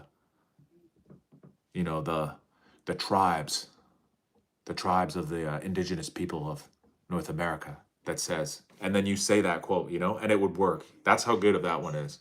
So bravo to Ron Snowwan, Ron's Snowin for the best quote. When I say submit, I mean a woman who knows her roles, like men and women submit to each other. Yeah, of course. That's what I get too. But I know what you're saying. Legend has it. Yeah, exactly. You could just say legend has it, or something along those lines, and people would eat that one up. I actually love sayings like that, to be honest, guys. Like proverbs or I don't know what else to call them, colloquialisms or whatever.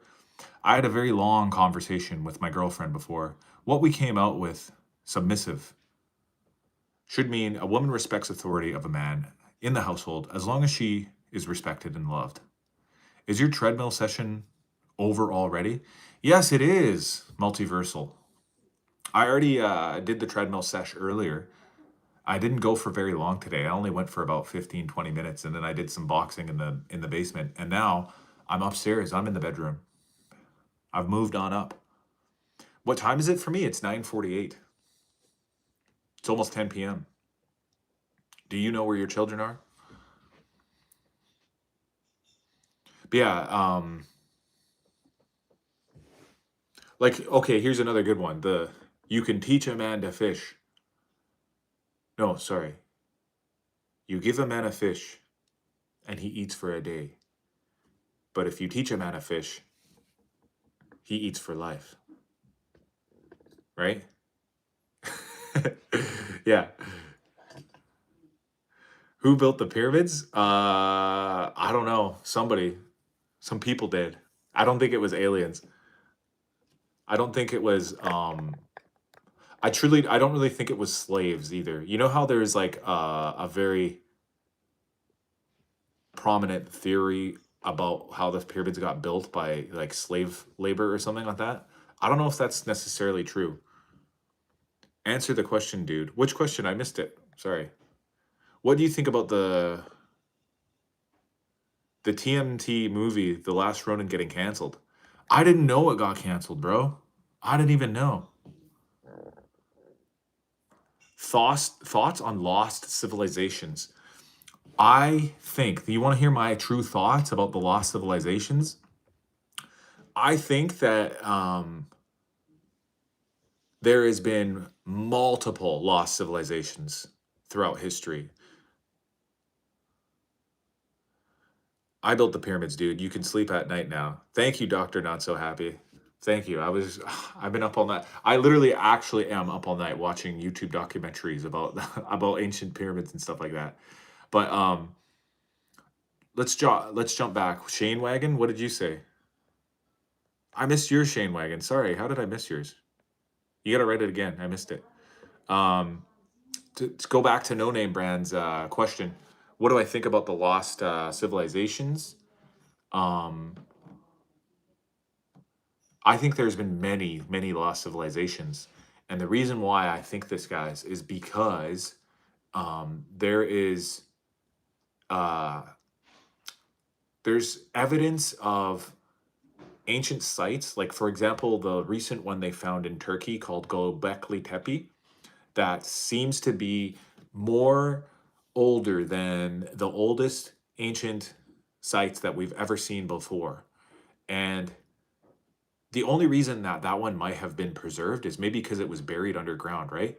But I think there's a high chance, a high probability that there was other ancient civilizations that existed in places now that are so environmentally different that there's no even site. Like there's nothing left. There's literally nothing left. For example, the Saharan African desert, like the whole top half of Africa is like this huge, massive desert that's just full of drifting sand dunes. I bet you that maybe, Take my charger. sorry, my wife just scared me. Maybe like tens of thousands of years ago, maybe there was a whole bunch of people that lived there that had a big grand civilization that all crumbled and fell, and then they got covered in sand and it just deteriorated and it's gone now. Like it's literally gone, and the environment is completely different. Like maybe it used to be a green, forested, you know, like temperate agricultural zone, right? And then due to like some sort of events, maybe to do with tectonic plate shifts or maybe weather patterns, something like that, maybe a volcano or an asteroid or something like that. It all changed the environment, and literally it turned into a desert wasteland that's full of nothing but sand, and the sand is covered up over everything. The sand is so hot, and it's everything's so broken down. It's just tiny little pieces of glass. That's basically what sand is. It's glass, right? If you look at it, what glass is under a microscope and what sand is, it's actually like the same type of stuff, right? So the Sahara Desert is also, it's just a huge pile of broken glass now. Tiny, tiny, tiny shards. Let me go back up. I missed a bunch of the, it's crazy how we don't even know our ancestors past, maybe our great grandparents. The workers that built the pyramids were treated well, they ate well, and they drink well, fresh bread and beer. Turkey, wolf, wolf, wolf. What is your eyesight number? How much?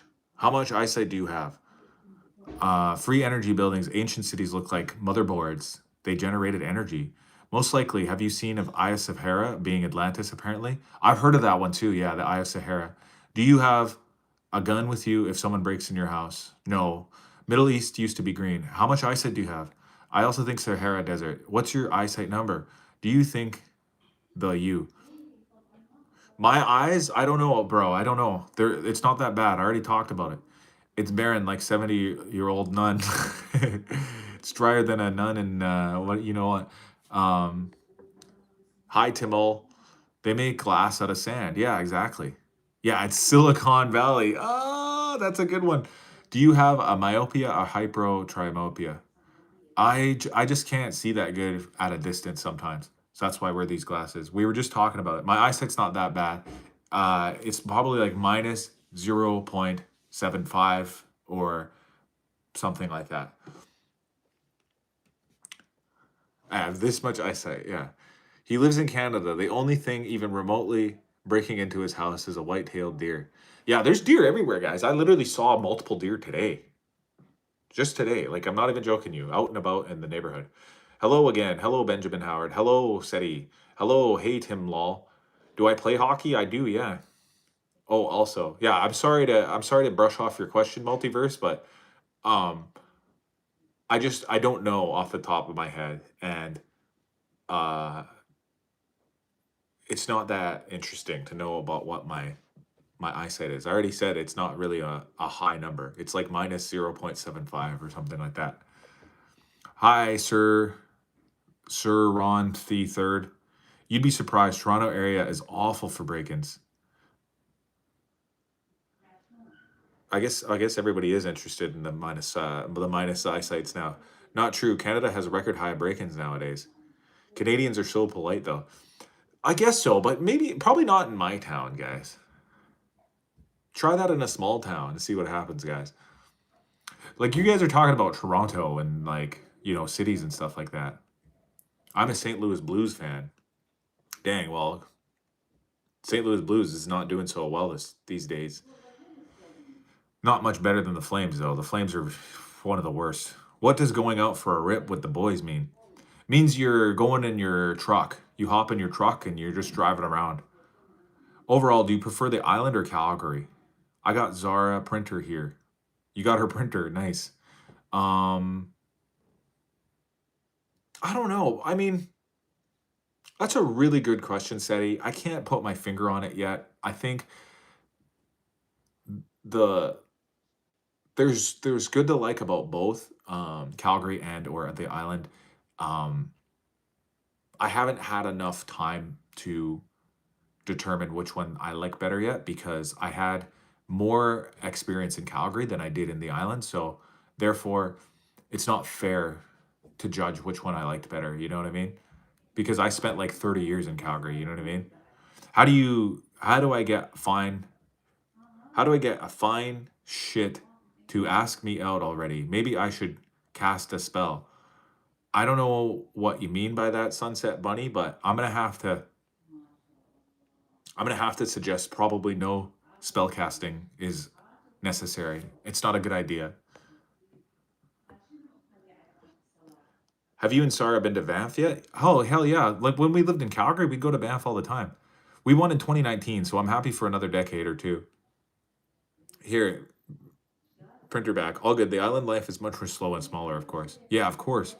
I'm in Nanaimo. It's a small town in Vancouver Island. Um, but yeah, to answer your question, Tim, yeah, the St. Louis Blues at least have a cup in the recent past. Like 2019 is not that long ago. You know, we can still remember it. You know, some of the players are still on the team, like Jordan Binnington and Ryan O'Reilly. Um, Probably, let me think. The defenseman Pareko, I think, was there. I think. I hear from Zara, Vancouver is about to change. That it's so fast paced and everybody's hustling. Yeah, Vancouver's different. See, we're on Vancouver Island, so Vancouver Island is like it's a it's an hour boat ride away from Vancouver. So you're going over the ocean to an island that's an hour off of the coast of Canada. And here it's slow paced and it feels very connected to nature, very remote out here. You know, we're so close to like absolute wildlife. You know, like what I mean by that is we, from where we live right now, like from this exact spot where I'm sitting, I could hop in my truck and I can drive for like 20, 30 minutes and be in like the absolute middle of nowhere type place. Like no cell service, no, you know, no people, nothing, just literally wilderness. That's how far out we are here. Meanwhile, Vancouver's a big metropolis city, like a modern, you know, it's a world-class city. You know, it has NHL teams and you know, it hosts events like the Olympics and things like that. Like it's a big place, you know what I mean? ROR is gone. What is ROR again? Ew, an island would be hard. Is there a Pizza Hut? I don't even think there's a Pizza Hut on this island. Bro, you got spare $5? Honestly, no, nobody carries cash anymore. You know what I mean? I'd have to like scrounge up some change. If you put a second pair of glasses over your current one, does your vision go back to default or is it worse? I think it would make it worse, to be honest. Chop sub 5? What does that mean? The only thing I respect Canada for is that they have animal crossings on highways. Ryan O'Reilly, yeah, thought so. Get your money up. Yeah, thanks. Someone called me an owl. Who? Who called me an owl? Who? Who is ROR? Oh, Ryan O'Reilly. Oh, okay. I'm sorry. I literally forgot we were talking about.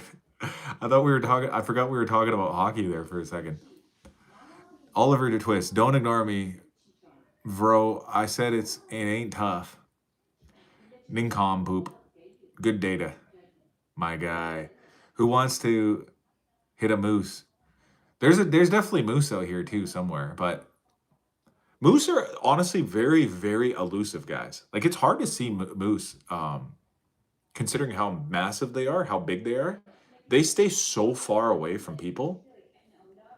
It's hard to see them. Like it's very rare to see them, at least. Meanwhile, deer, I bet you guys, I can same with deer. I bet you I can go outside and I would find a deer within an hour, maybe even less. Like maybe it could be as close as to like 5 minutes. Like I might find a deer outside within 5 minutes. I would, if I didn't, it would take me less than an hour though. You know what I mean? What a beautiful beard, my friend. My hockey team is Calgary Flames. But I have been to the Canucks game. I'll show you guys something real quick.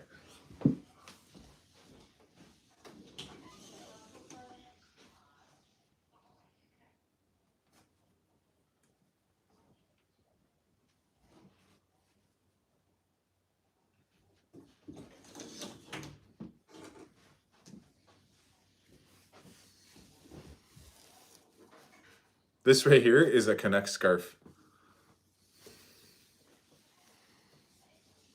And the only reason I have it is because I went to the home opener. I went to Vancouver Canucks versus the Calgary Flames back in October.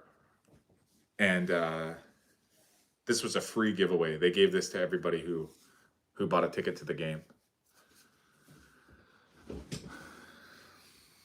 But I normally wouldn't get anything Canucks because I'm not a Canucks fan.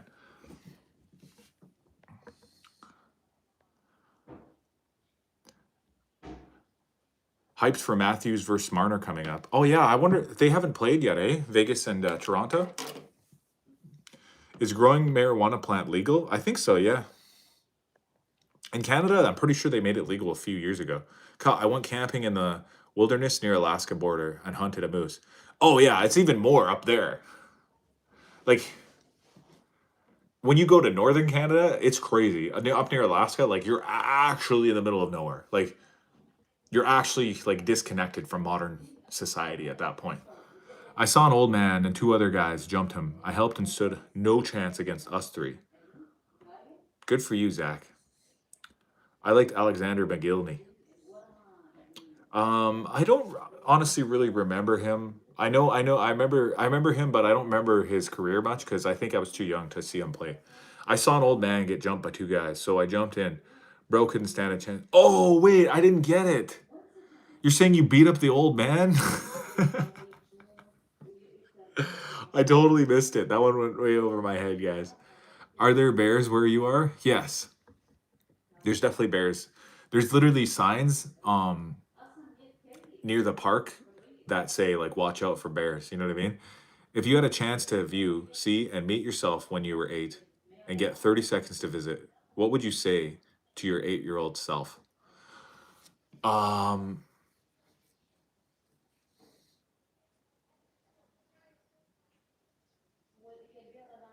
don't know. If I only had 30 seconds, like, that's such a short amount of time. Like, I feel like I would just scare myself.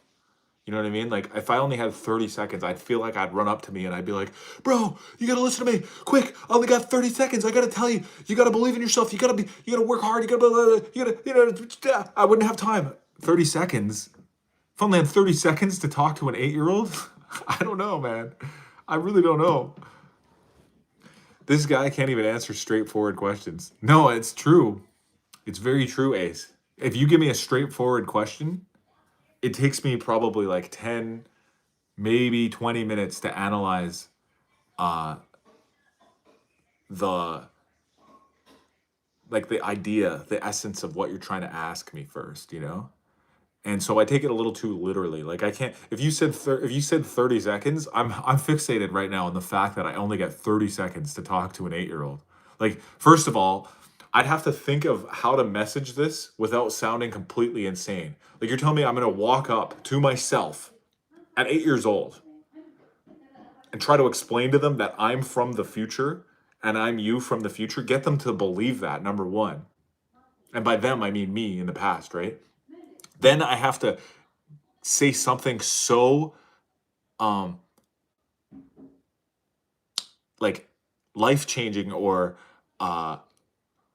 enlightened. So something so that gives such enlightenment that an 8-year-old can understand and absorb and use the information that's so groundbreaking for the rest of their lives. Like, I just don't think it's possible. You know what I mean? Like, I just find the question to be so outlandish that it doesn't even make sense to me. You know what I mean? Just because you live in Canada doesn't mean you have to sell your soul. I don't really get what that means. You should run for office, lol. I guess so, yeah. I mean, I guess maybe I'm one of the best question avoiders of all time. I think Canadians are inherently nicer than Americans. It's possible. It's entirely possible. Last night, some guy said he would tell his 8-year-old self to get ready for an alien invasion at age 15 to mess with him. LOL. LOL. Yeah, buy Bitcoin and Apple. Yeah, exactly. But that one, logically, that one makes the most sense, right? Because let's say, okay, I was 8 years old in 1999, right? So if I went back to 1999 and told my 8-year-old self, hey, invest in Apple, invest in Bitcoin or whatever, invest in Tesla or whatever, invest in all these like inventions or whatever, these stocks coming up. Do you really think an 8-year-old is going to understand that? You know what I mean? Like, you'd have to say it in the type of way that would resonate with that 8-year-old for long enough for them to be able to understand what it even means to buy and sell stocks. Like there's no 8-year-olds, at least back in 1999, that even understood what buying and selling stock was. And you wouldn't have 30 seconds to be able to explain it. You know what I mean? Like it would just be it'd be a battle. You know what I mean? It would be a very, very treacherous battle to try to get this kid to understand that you are them from the future. Number one, you got to get them to believe that. Number two, you then have to get them to understand what buying and selling of stocks are that are in the future, in between the time of when I'm coming back to visit them and whenever that stock is available. Like, I don't know if there's even a legal age limit as to when you can buy and sell stock. Probably there is. Like, I'm assuming you must be at least, I'm going to guess at least 15, 16 to have a bank account, right? I don't know. I'd have to look into the law when it comes to that. So you're trying to give them some information about a stock that doesn't come out for another 8 years? It just doesn't seem feasible to me. That's connected to my last question that you skipped by. Oh, did I skip your question, Ace? Oh, do I believe in God? Yes.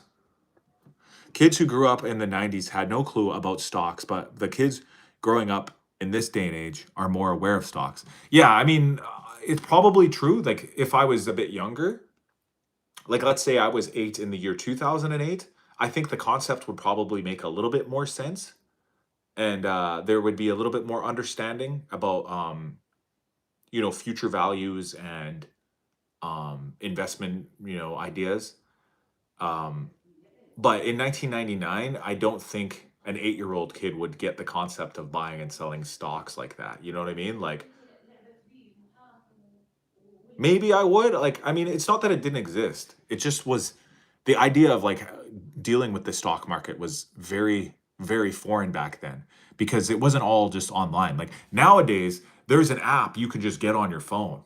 And 8-year-olds have phones at this point too. Like there are literally 8-year-olds that already have iPhones, and you can explain to them, download crypto.com right now, invest in Bitcoin right now. Like you could explain that to an 8-year-old if it was the year 2000 and like whatever, 2010 or whatever, right?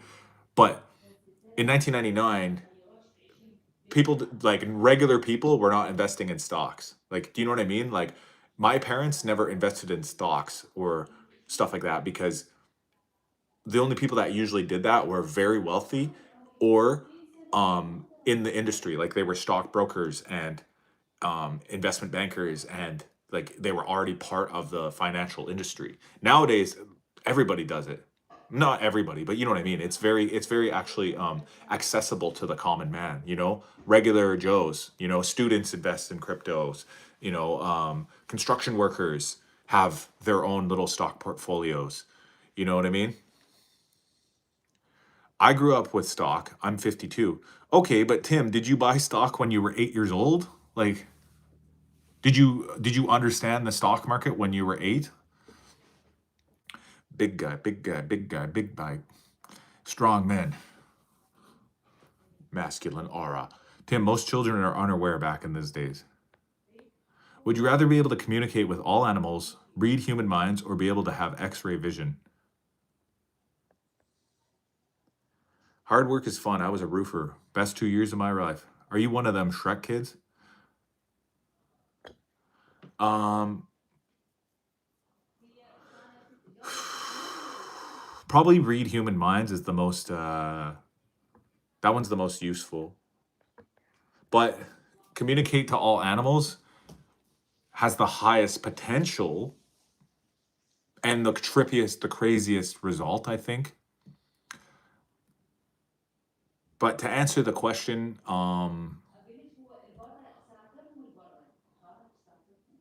probably read human minds logically. That would be the most useful, and you could, you know, you could live the most normalist existence with that one.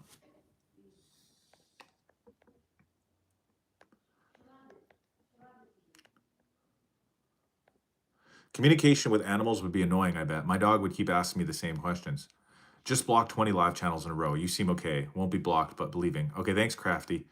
Hey, I'm kind of in a tough situation. My GF's got no buns, but I gotta stay with her because she's becoming a doctor and I need that bread. No buns. She's got bread, but no buns. Bread buns, bread buns. Let me think.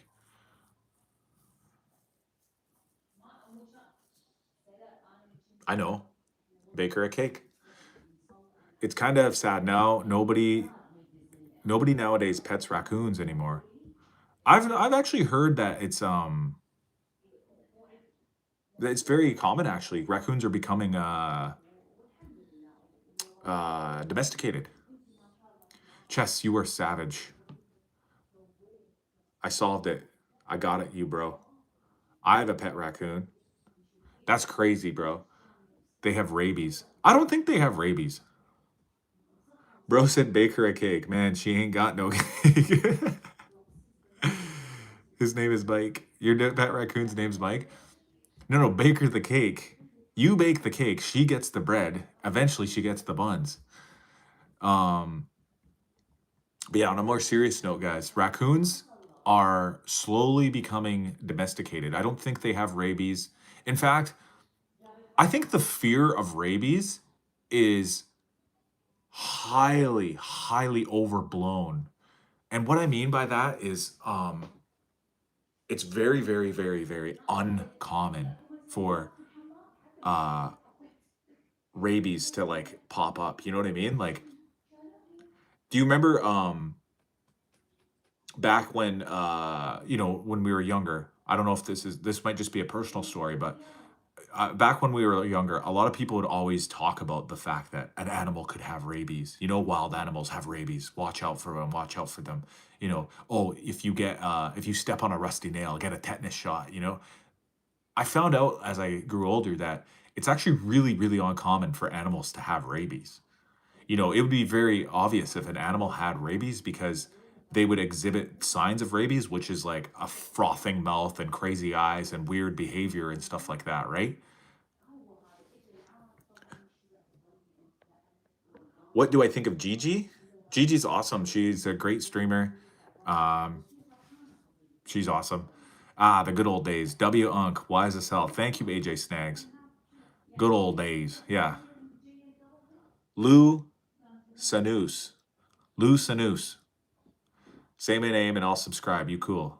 Okay. Huge shout out to my newest subscriber, Lou Sanus. Frothing mouth, crazy eyes, weird behavior. Bro, stop talking like my ex. That's a good one. Gigi Hadid really is good model. Oh, I thought you were talking about my sister-in-law.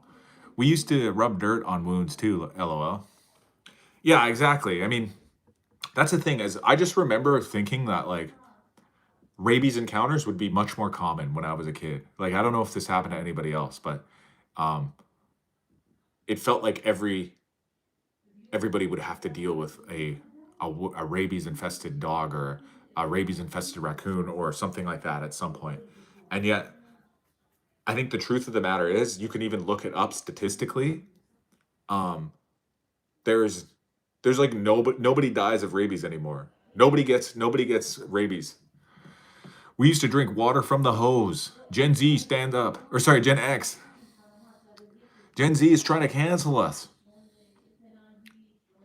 Yeah, we used to drink water from the hose. We used to watch TV until 10 p.m., guys. 6 feet from the TV or whatever. Things were so much better back in the day. People were so soft. Walk to school, yeah, uphill, both ways, guys, in the fucking blizzarding snow. Sorry, I didn't mean to swear there. I got too excited. Yeah, in the blizzarding snow, guys. My favorite trans channel is back. Hey, boo. The Dr. 660's in the house. Yeah, so to all those Gen Zs out there trying to cancel us, guys, don't forget, we used to drink from the hose. What are people doing nowadays? Getting rabies shots because their raccoons are rabid? Come on, guys, put some dirt on it. I'm currently undergoing surgery to become a male from female. Could you please let us know about your journey? My journey began in the womb. I was swimming around in ambiotic sac or whatever it's called. According to the CDC, while rabies is uncommon in humans, 3 out of 4 Americans live in communities where raccoons, skunks, or foxes carry this deadly disease. 3 out of 4. So that's 75% live in an area that has raccoons, skunks, and foxes with the deadly disease. But it doesn't ever transfer to humans. Humans don't end up getting it, guys. It doesn't happen. And here's why I think this is true, is because the rabies infected animals, they end up dying very soon as well. And they are very skittish. And skittish means they run away. Like, animals have a fight or flight reflex, just like everybody else, right? And if a raccoon or a skunk or a fox in the area ends up catching rabies, they're going to run away and hide from humans just as much as everybody else. Sorry, guys, I had to mute that one guy. He was just doing too much spamming. He just kept saying crash out, crash out, crash out. I don't know why, but it was too much. Hi, Marshall. It was just too much. I want to be able to read the chats, and he's making it hard. Pet a wild animal and find out. I would, guys, honestly. I would try to pet a wild animal. The only thing is, I believe that the wild animals out here, they run away. They have fight or flight instincts, guys. I've come face to face with many wild animals in my life. Face to face, toe to toe, however you want to say it, right? And never once has the interaction become physical. Like, I've never fought one for whatever reason. You know what I mean? And some of them are predators too, like coyotes. I've literally been like, yes, like feet, like mere inches and feet away from a coyote. And at the end of the day, they're just like a dog. You know what I mean? Like, they'll run away from you if you stand your ground. Same with deer. I can come real close. I get real close up to those deers and they run away. But don't get me wrong. Why was I so close? Because we just crossed paths. You know what I mean? Hey, what's up, Dan Man Creek? I didn't see you on my live yesterday. I was wondering what happened. But yeah, it's just, I just cross paths with them sometimes. Usually it would be most of the ones where it was more unexpected. It was basically traveling at night.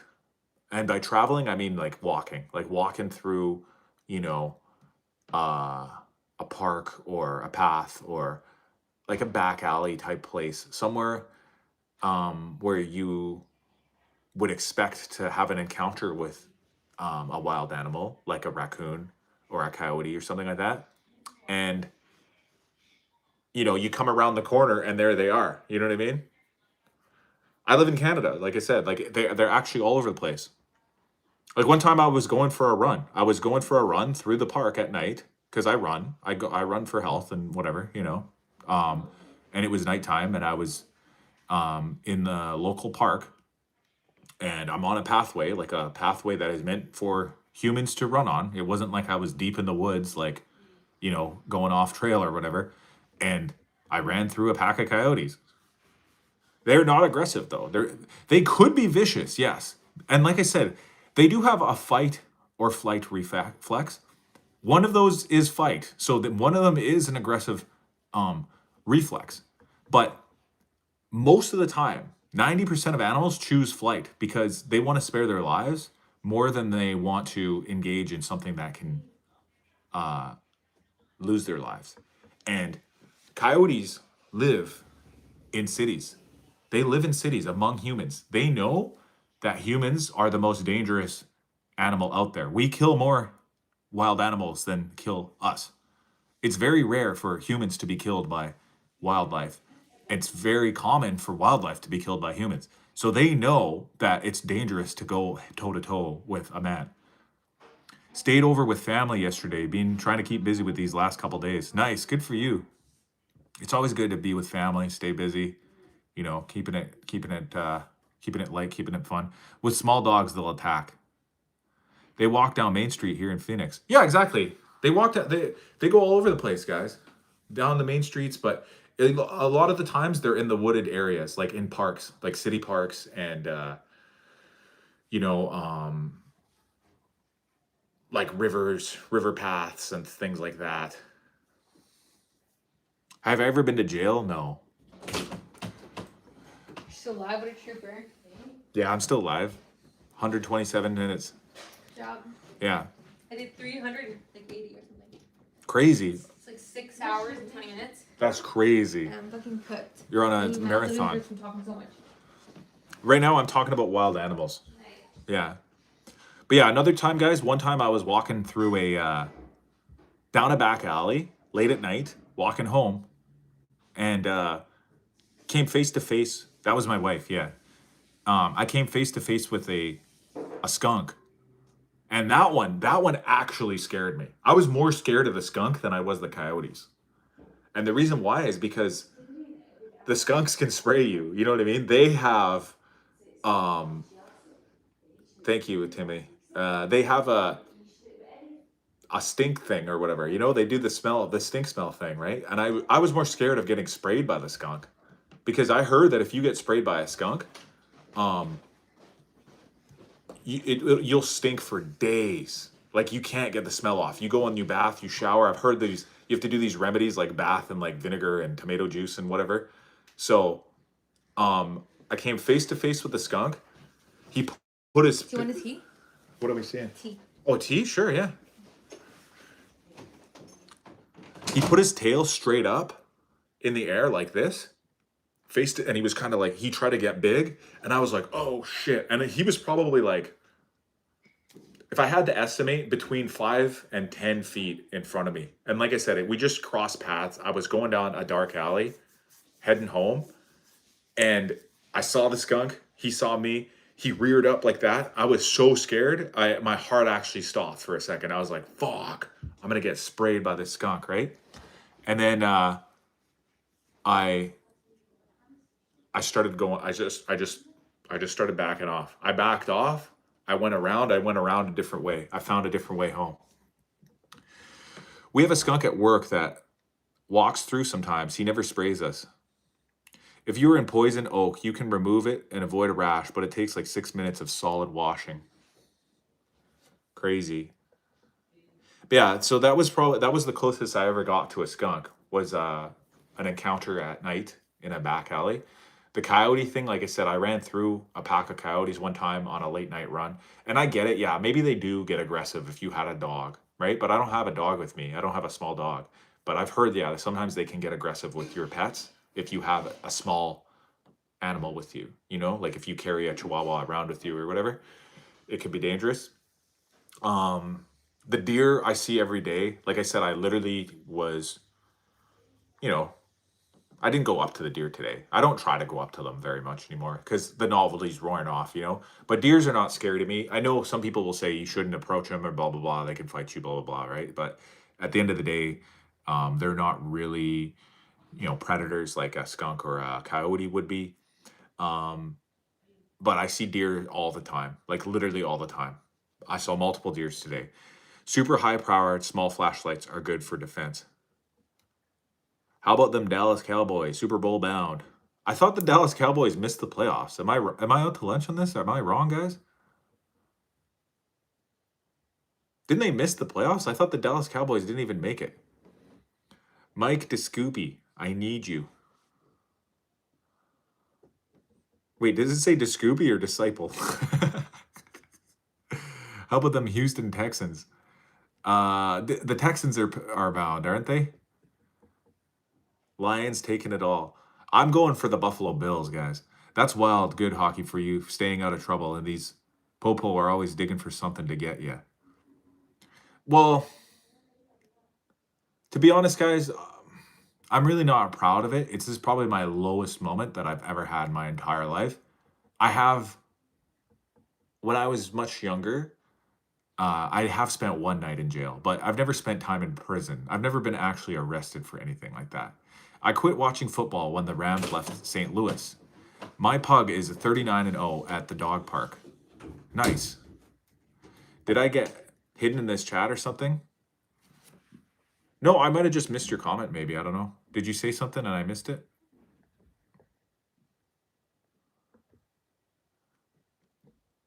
I don't want to talk about it. Morton James. Happy. I see that.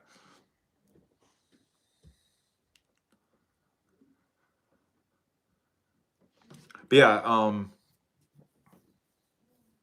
the other animal, like the one animal that would actually be dangerous to me is grizzly bears. Grizzly bears and cougars.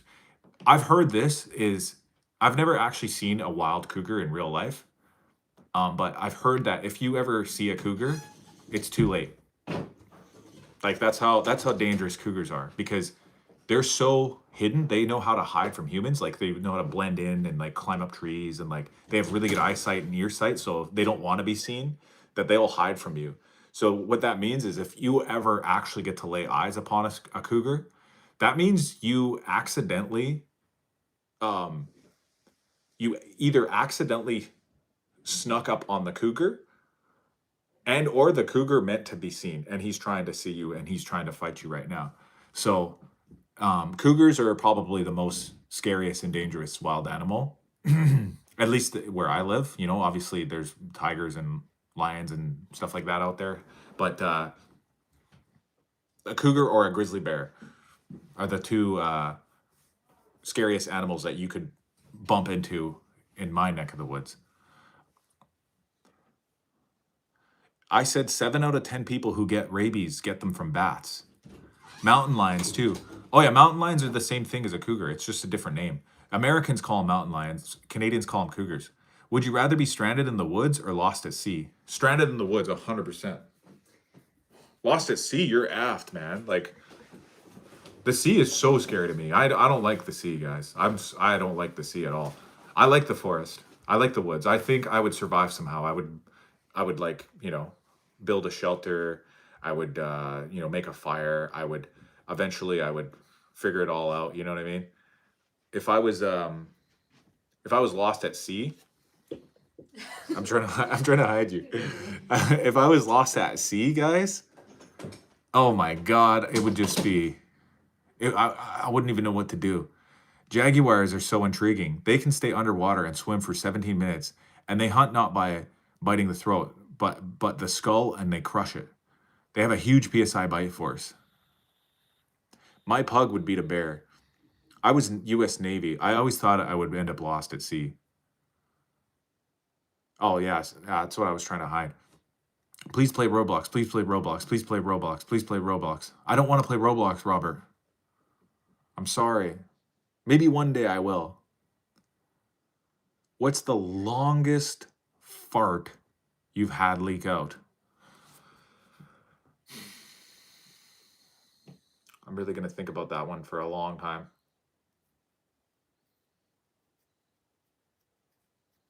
I don't know, man. I never timed it. Never timed the longest one.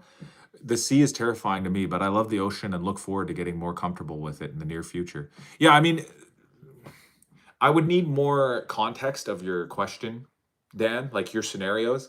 Like if I'm lost at sea, am I on a life raft? Am I on, like a large vessel, like a like an actual boat with like a cabin and, you know, a sleeping area? Do I have any supplies? You know what I mean? Like, does it come with a fishing rod? Is there food in there? You know, like, like you have to give me more context, because maybe I might choose the sea if you say you're lost at sea, but you're in a like a houseboat or whatever. You know what I mean? I'm from Minnesota. Nice. Minnesota's a hockey state, so I like you. Have you seen that animation video of the Titan submersible implosion and what would have happened? I think I have, yeah. It's basically they just turn into dust. Mine's 11 seconds, all gas, no brakes. Nice. 33 likes, guys, on the live. That's a lucky number. Lions bite force is like 700. Jaguars are 1,500 plus. What's the highest I think is a hippo, though, isn't it? Or alligator, crocodile, saltwater crocodile. Did a 50-mile bike ride once, and I have 3 power bars at lunch. Those made me fart for like 30 plus seconds. Okay. This chat is going down a weird path, guys. Come down to earth. I wish I can come down to earth, guys, but I'm up on the moon. I've seen some videos of waves that would make me crap myself, fam. Yeah. So again, let's think about the two scenarios, right? What are we in? What are we what are we lost at sea at? If it's like a basic life raft with like maybe a medical kit or something like that's pretty terrifying, lost at sea, right? But if it's middle of the woods, like somewhere out in like Alaska or something, it also could be just so deadly. You know what I mean? Like you can die of hypothermia if you don't have the right gear, right? If you're too cold, right? What supplies do you get if you're lost in the woods? You know, if you don't have a lighter to start a fire, good luck. If the ground is wet, if the wood is wet, good luck. Like you might be effed. You know what I mean? If you don't have good, insulating clothes, proper layers, you could freeze to death at night in the woods. I mean, the same could be said at sea if the water's cold, depending on where at sea you are at, right? My worst was a 30-foot waves in North Atlantic. If you could visit any human disaster in history and get a first-person view, which historical event would you want to visit? You would be safe in the disaster, though.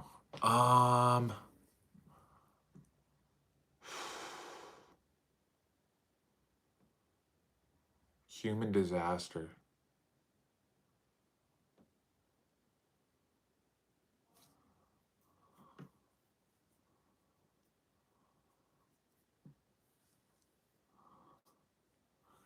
I would pick something completely unknown, like the Younger Dryas impact theory, which was the idea that a comet or asteroid or whatever, a rock from space hit the Earth um, during the Younger Dryas period and started a big, huge like explosion that covered the Earth with ash and caused like giant floods of water gushing down from the ice caps or whatever. They melted real quick or whatever.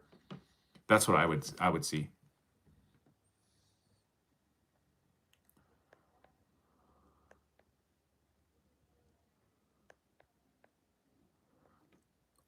This guy goes to run sometimes, bro. Everyone will be okay. He exaggerates. Sinking of the Titanic? Nah. Japan 1945? Nah. There is nothing unknown that he does. It's all easy. I've heard that your area has the most dense population of bears in North America, and I would be pretty sketched out to be stranded there alone. Yeah, I mean, it would be, but to be honest, though, I think bears are not that scary, guys. Like, they are, but they aren't. So what I mean by that is, again, I go back to what I was talking about earlier about the fight or flight reflexes of animals. They don't want to fight with us, guys. The bears don't want to have to go into that mode. They know that the humans are dangerous. Like it's been preconditioned into their minds, They have memories, whether it's DNA memories or actual like communication with each other, that gives them a sense of danger from the human population, you know? So they fear us more than we fear them. I know it sounds crazy because if one on one, obviously, like a grizzly bear would destroy any human man, right? But they know that men are dangerous because of we shoot them and stuff, you know? Hit them with cars and stuff like that. We destroy their habitat and their homes, you know, mercilessly. So, and they're just wild animals. They're just trying to preserve their own life, right? So they don't really want to fight you. They want to get away from you. Usually, they'll be territorial and they will try to take your food. They might even try to turn you into food for sure. But you'd have to be smart about it. You'd have to get fire going because they don't like fire either.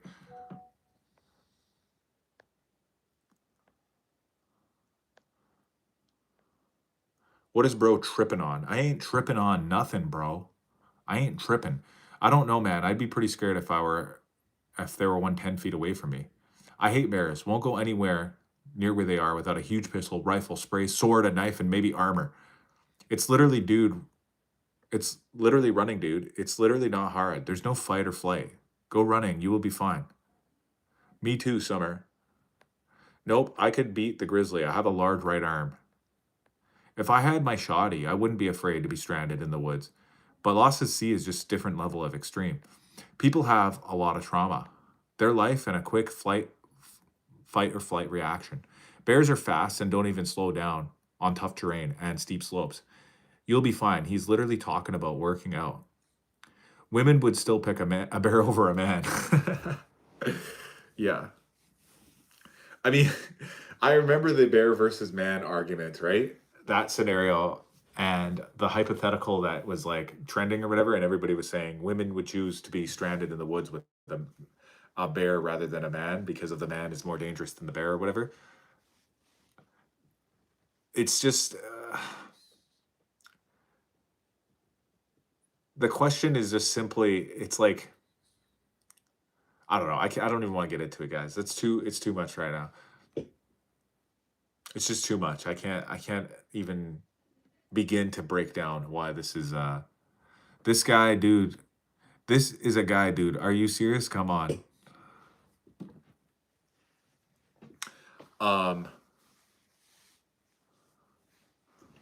Grizzly bite force is 1,200. It takes 1,000 to crush a bowling ball. Oh my God. Yeah, you would not want to get your head stuck in the mouth of a grizzly.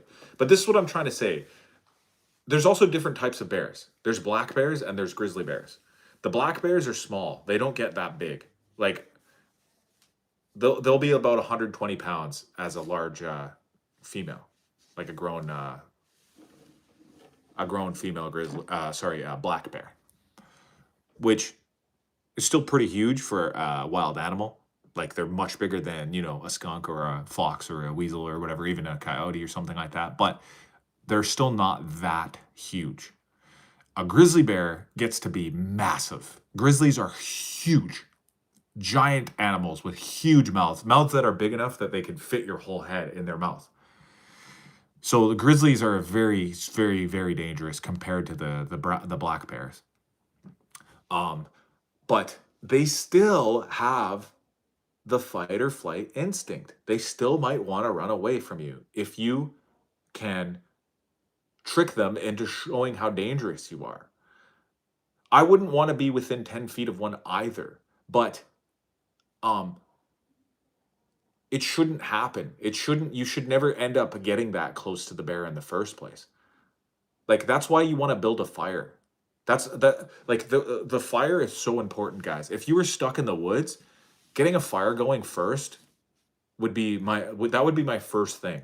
That would be my first thing. You know, like, let's say something happened. Let's say you were, you know, this is a completely hypothetical situation, but boom, instantly teleported to the middle of the woods somewhere, and you were completely lost and stranded. First thing, I would do a little walk around. Like, I'd walk around my area to kind of survey, kind of try to get my bearings, feel out the neighborhood, like, you know, where am I at or whatever, you know. Next thing, establish a place to start your shelter and start a fire there right away, because the bears are not going to come near a fire. If they'll smell the fire, they'll see the flickering light of the fire, they'll feel the heat, hear the crackling, they'll be more scared to come near you, and they won't want to come near you. If there's a grizzly bear and I have and I have to escape, I don't need to run faster than the bear. I just have to run faster than my girlfriend. I guess so. If you're stuck in the woods, prepare for aliens. Honey badgers rock. I respect the honey badger. Dude, have a fire, have a shelter, have food, have a caliber. You can put a bear down. Boom, that's easy. Exactly. You get it, Alcatraz. Did you get that fire idea from that one SpongeBob episode? No, I didn't. This is just my own brain. I don't know the SpongeBob episode that you're referring to. I didn't really watch SpongeBob, to be honest. I know SpongeBob, obviously. I've heard of him, I see him. I do watch the cartoon occasionally. You know, I've seen the SpongeBob movie or whatever. But I wasn't that big into the SpongeBob back when I was growing up or whatever, you know? It just wasn't. I think it came out a little bit after my time, you know? Like, it wasn't one of my childhood cartoons. But building the fire is just a good idea, I think, because animals are scared of fire, you know? They don't have fire yet. They haven't mastered fire, so they don't know what to do. Silverback gorilla versus grizzly bear? Grizzly bear. Grizzly bear would win. They're too big, guys. They're massive. And in a grizzly versus silverback gorilla, the only way that you can make it fair, it would have to be on an even playing field. So let's just say a big empty space, like a gymnasium or whatever, you know, with walls, like flat walls that can't be like climbed on, you know, and a roof so nobody can escape. It would have to be like basically a big glass or whatever, you know, a big enclosed cage. And 1 versus 1, grizzly bear would win because he's got the claws, he's got the big mouth with the teeth, and they're just larger. Polar bear versus grizzly, polar bear would win. How about silverback gorilla versus bow-legged baby? I would say, how many bow-leggeds are we talking? How many babies are we talking? Polar bear versus great white. Polar bear on land, great white on the water.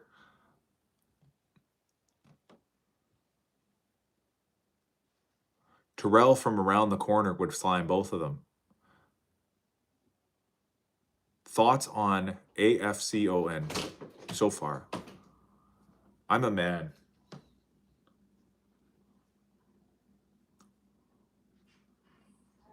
But yeah, polar bears are they're actually the apex. Thank you, sweetheart. She brought me some tea, guys.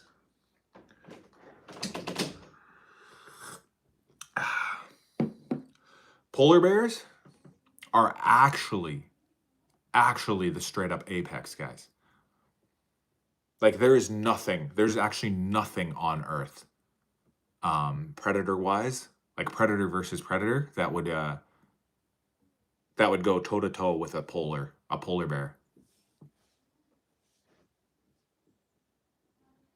Like polar bears are the one animal.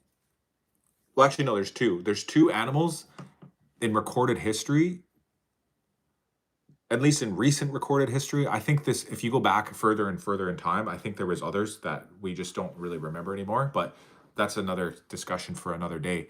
But in recorded history, like recent recorded history, polar bears and a certain type of tiger are the only two animals that have been known to actively hunt and predate on humans. Like they actually will actively go out of their way to go catch a human and eat them. Orcas will smash a polar bear. Okay. Let me go back. Land animal. Yes, Timo got it. I'm sure an orca can murk a polar bear. Yeah, in the water, the orca's number one on water, in the ocean, in the sea. But on land, like one-on-one in a dry land environment, polar bear are number one. Even in a little bit of water, like a swimming pool or something, polar bears can also swim very well. They can hold their breath very well. So can a tiger, though. I think actually, yeah, the one animal that might stand a chance would be the tiger. You know, the Siberian tiger or the Bengal tiger, whatever the biggest tiger is. Let's look that up.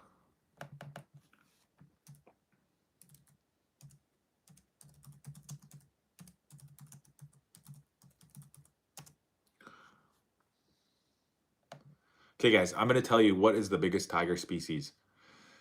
Adult male Siberian tigers can grow up to 3.7 meters, which is 12 feet in length, and weigh as much as 423. That's 933 pounds. So remember that 12 feet long, almost 1,000 pounds.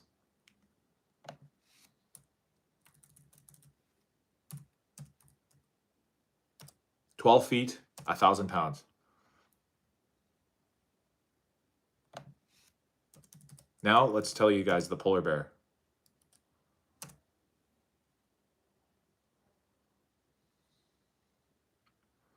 The biggest polar bear ever recorded was a male shot in northwestern Alaska, in 1960, weighing in an astonishing 2,200 pounds. This bear stood nearly 12 feet tall on its hind legs. So the polar bear is almost double the weight. Almost double the weight as the tiger.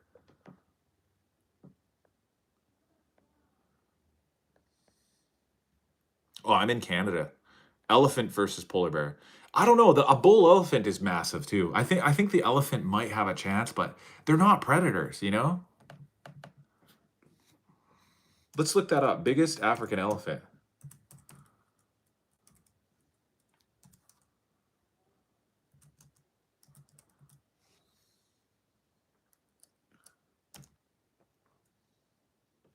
So the biggest African elephant was an elephant named Henry, who weighed 24,000 pounds and stood 13 feet tall at the shoulder. This makes him one of the largest land animals ever documented.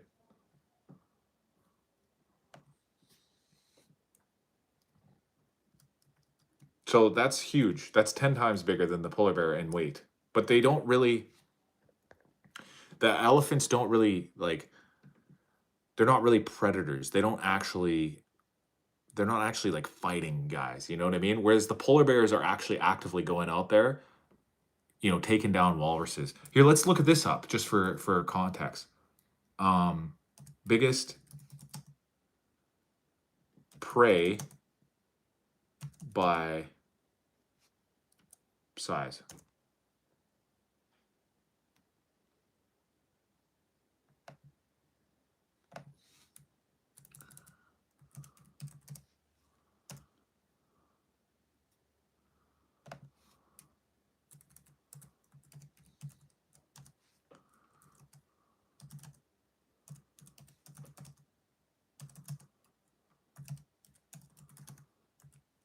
It's not coming up. I have to search it another way.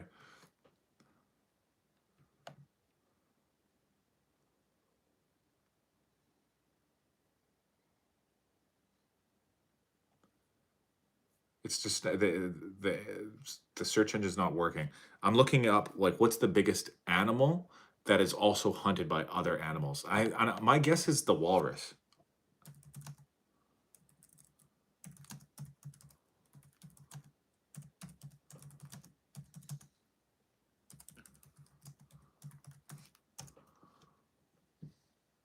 Yeah, it says polar bears do hunt walruses, but it's not a common occurrence. The primary target, young or injured walruses. While polar bears possess the strength to kill walruses, they often face significant challenges due to the walrus's size and defense mechanisms.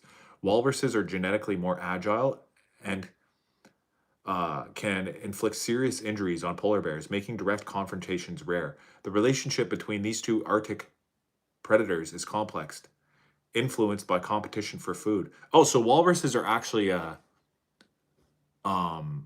predators too. But the polar bear can actually kill and eat a walrus. It says they sometimes eat them. Woolly mammoths might be making a comeback soon. A polar bear couldn't beat an elephant. I'm going bald. Woolly mammoths. Oh yeah, you look like CJ. Who's CJ?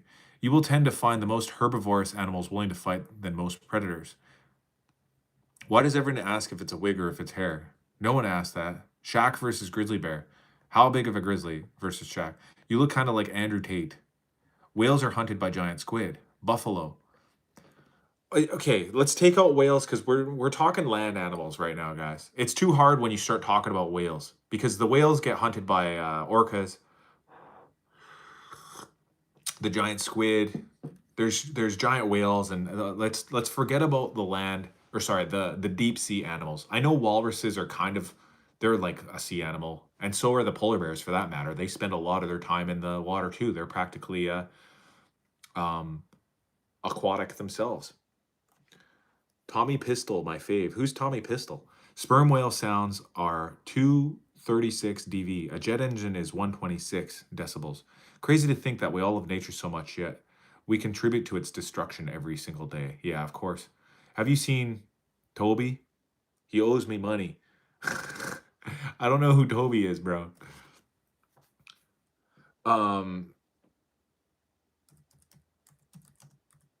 So just for comparison, guys, the walrus size is 2,000 to 4,400 pounds.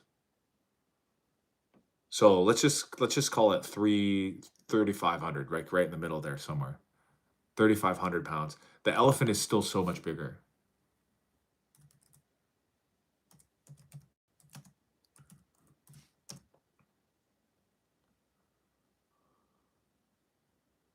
The elephant is so much bigger, guys. Like, they weigh up to 12,000 pounds. You know, the biggest one ever recorded was the 24,000 pounds one. Like, the elephants are so massive. They might be the strongest land animal. They might be.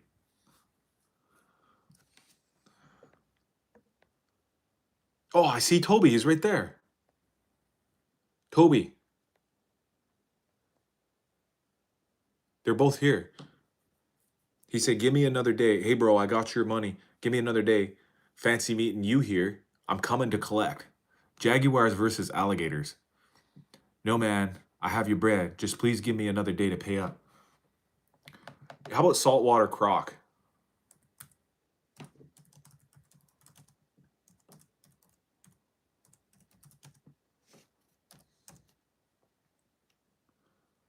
So the saltwater croc can typically be up to 10 to 20 feet long, guys. Imagine a 20-foot long crocodile. They can exceed 2,200 pounds. Holy frig, guys. A 2,000-pound reptile with a huge mouth like this. Who do you guys think would win between that? Polar bear versus saltwater croc.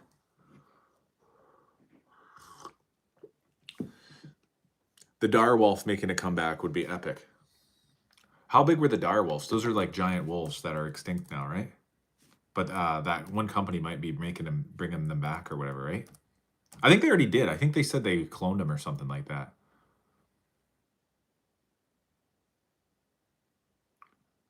It said they ranged from 130 to 150 pounds. That's not that big. Croc for sure. You think the croc would win versus polar bear? Polar bear would demolish a croc. Damn, we got both sides going now. Come on, man. I have a family. I'll pay for you through Zelle right now. Just chill. Toby, you got to pay back Glockma. You got 50 mins or I'll get my goons to slide you right now. Damn, there's some drama going on in the chat, guys. Watch out for Toby and Glocko. Okay, let's just Google this. I'm going to do one more question here, you guys. Who would win between a polar bear? Oh, yeah, and we forgot to see the Siberian tiger. Do you guys think the Siberian tiger would take on the polar bear? Even though he's smaller, he's about 1,000 pounds lighter. They might be more agile. Like, they might be able to jump. Like, they can jump like crazy. Like, huge jumps. I don't think polar bears got that much jumps on them, you know? Because they're not... I don't think there's much to jump on and off of where they live. Whereas the tiger actually can leap forward and stuff, you know what I mean?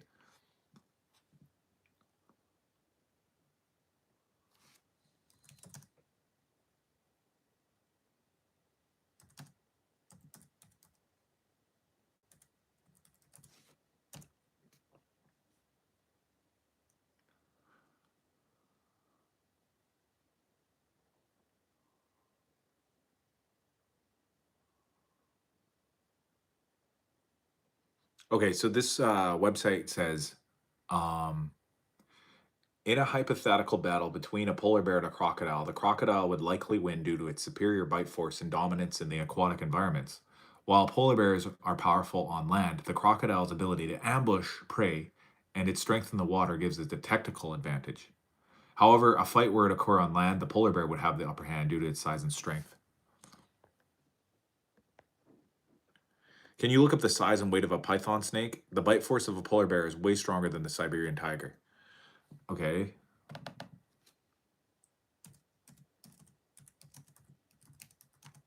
Python snake size.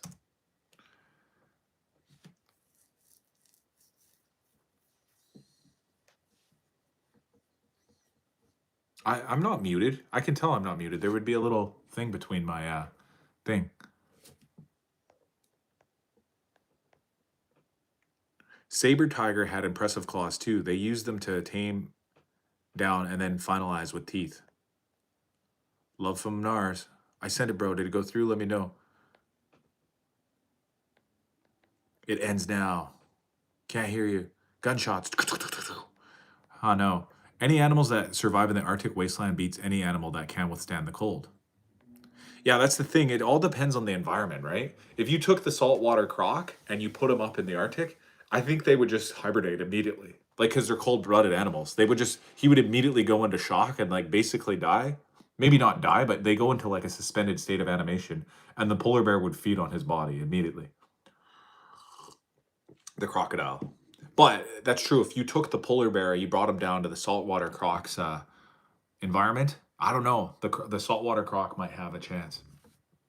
Okay, so I got the python sizes here. The heaviest species is the Burmese that can weigh over 90 kilograms, which is 200 pounds. The largest species is a reticulated python that can exceed 20 feet, with some individuals over 30 feet. But there's also another snake called the anaconda, right? Let's look up that one. Anaconda snake size. 30 feet, 550 pounds. Like that's pretty massive, guys. A 30-foot snake, 550. Hey man, I'm a friend of your wife Zara. I heard you do MMA. Come to the Miami sometime, bro, with Zara and Gigi. Would be great to host y'all in my club. Okay, thanks. Thanks, SG Italiano. I hate all snakes. By the way, have you seen that polar bears are coming down and breeding with the grizzly bears? I forgot what the new breed is called, but it's pretty crazy. Yeah, I've heard that. Yeah, I've heard of that. They're interbreeding now. There's going to be a new species of bear pretty soon. That's a cross between a polar bear and a grizzly bear. The more colorful snakes and frogs are, the more dangerous. Well, those would definitely be the top like 5 to 10 that we just went over. Like if we could be like the ancient Romans or whatever and host like a battle, like a battle, like a, you know, I forget what they called them, right? But like those battles or whatever, gladiator battle between the top animals. Again, let's go back to land animals only. We're not talking about orcas or anything like that. Let's say the top 10 would probably be the polar bear, the Siberian tiger, the saltwater crocodile, even the lion, like a male, like dominant lion, like alpha lion or whatever, the bull elephant, what's a python or an anaconda maybe?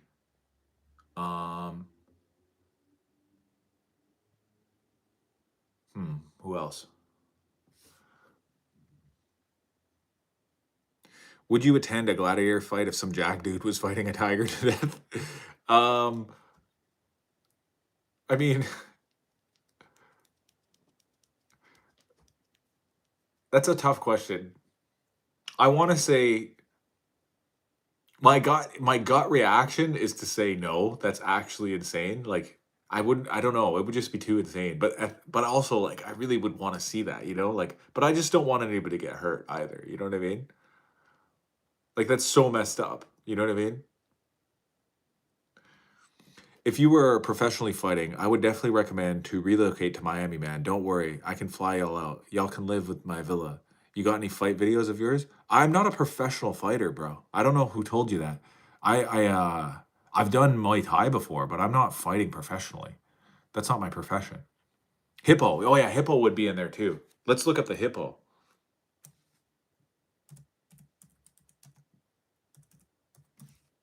Hippos are massive too.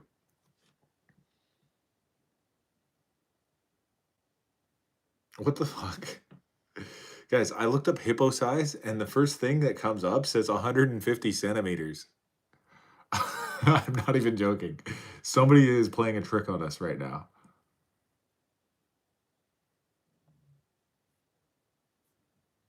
I'm not even joking, guys. I looked it up. I'll show you. You guys ready to see this? Look.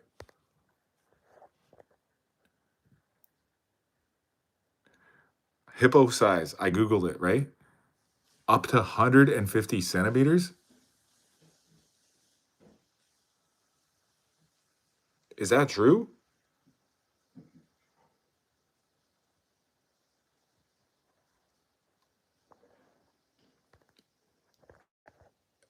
Am I insane or is that true? Even though it's brutal, I think I could watch gladiator fights. They seem exciting. Yeah, I mean, that's the thing is like, if I lived in like those ancient times or whatever and it was normalized, I think I could. Yeah, of course. Like I enjoy brutal sports right now. Like I enjoy watching MMA, which is a pretty brutal sport to watch. But I get how some people get like they don't like it because it's too violent or whatever, right? I understand that, right? And I feel like a man fighting a tiger would be too violent for me to watch right now. But if I was conditioned into thinking that it was normal, I definitely could see myself watching a man versus a tiger. No, I don't think you guys understand how small a centimeter is. A centimeter is like this high.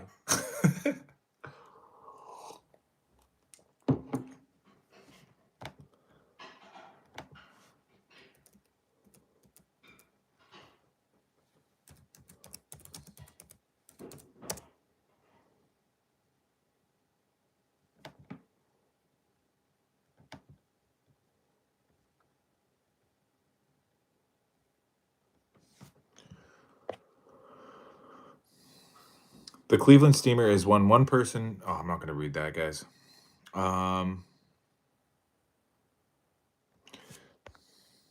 Do you recognized as weeb or furry?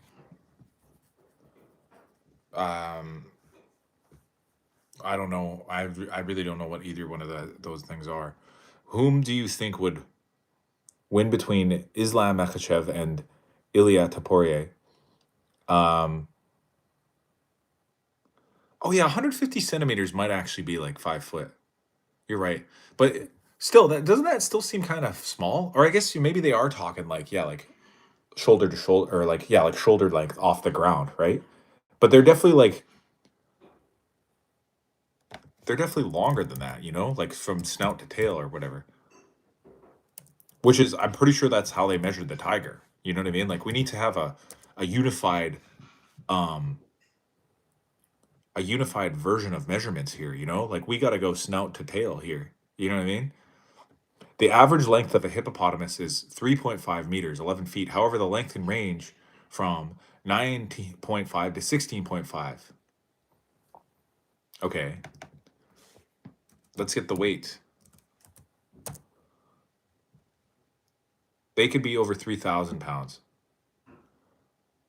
Some individuals reaching up to 4,500 kilograms, which is 990. So basically almost 10,000 pounds, making them the second largest land animals.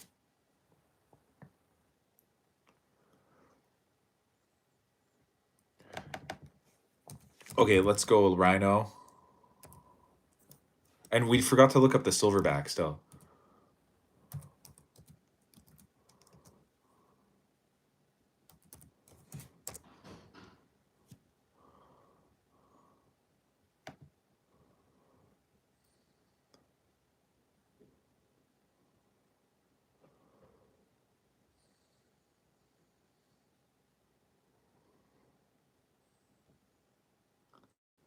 There's a range. There's different types of rhinos.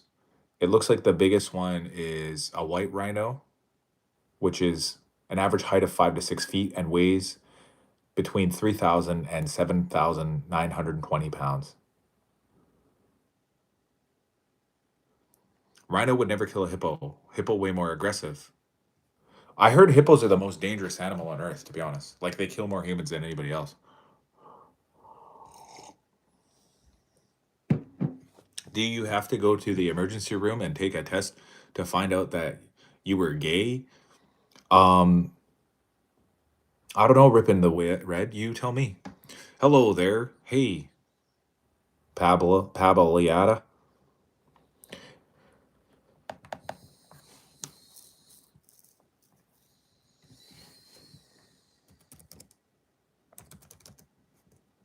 Let's go silverback gorilla now. They can get up to about 485 pounds. Average weight 430. So yeah, that's why I'm saying the silverback would lose to the grizzly. I remember that was the original question. The grizzly would take out the silverback. He's just too big. He's too massive. Like even though the silverback is crazy big and strong too, and they do have strong bite force, they do have like incredible, agility or whatever, the grizzly is just so much more of a predator-like creature, with that big mouth and the big teeth and the claws on the end of his hands, and it's just also just going to be stronger. It's heavier, you know what I mean? Where's she at? Who? You look like the news anchor in my country. Oil up at 45 likes.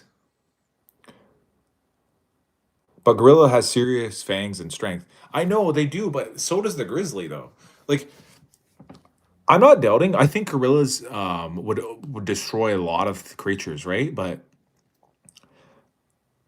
the the grizzly bear basically has everything that the gorilla has as well, like equal, or it has a little extra. Like it basically has claws on the end of its hands. Like grizzlies have claws too. Any bear would win against a gorilla. That's not true. That's really not true, Lacron. There's a lot of bears that are very small that would get murked by a silverback.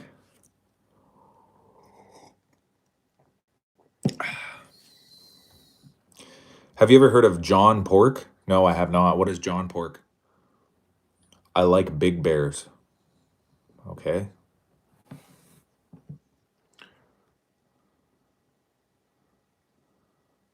I miss you. My fingers still stink from last night. Jamal. That's a little strange of a thing to say. Gorillas can climb more efficiently and have thumbs.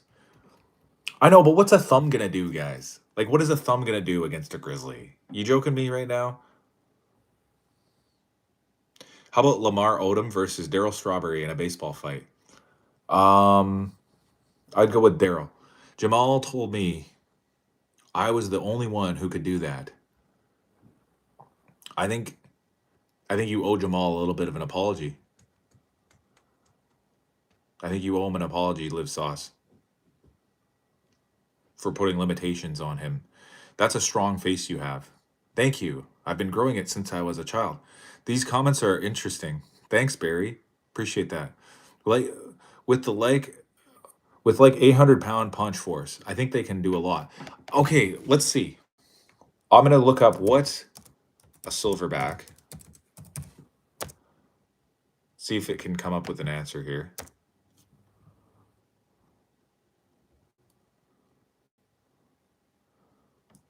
Okay, so this says the silverback gorilla's punch force is incredibly powerful, estimated to generate between 1,300 to 2,700 psi. Okay, so remember that, between 13 and 2,700 psi. Now let's do the striking force of a grizzly.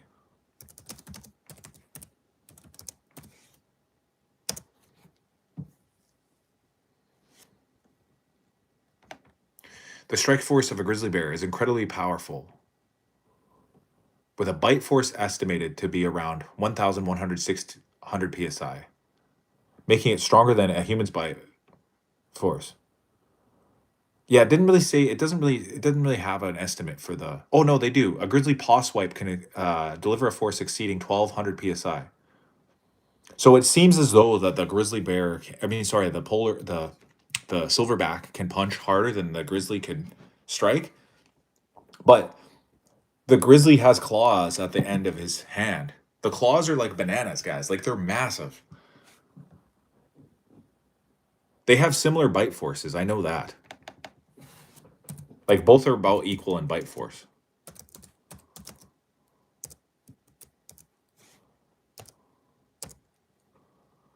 £1,300 for the gorilla.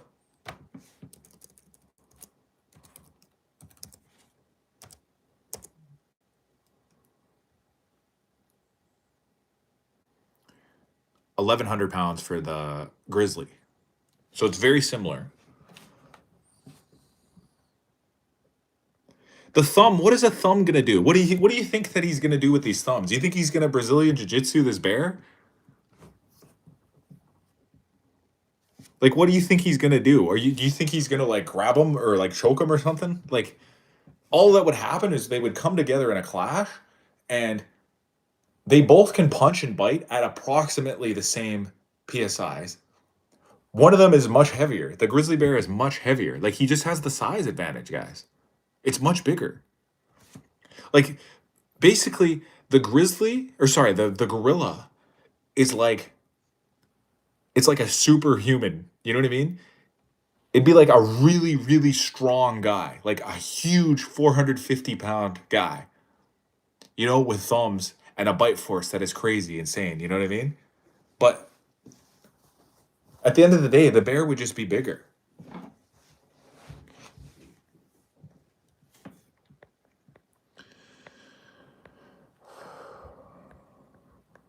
A bear can punch faster than a bear can swipe. A black bear is not more powerful than the gorilla, though. I think you got that wrong, Lacron.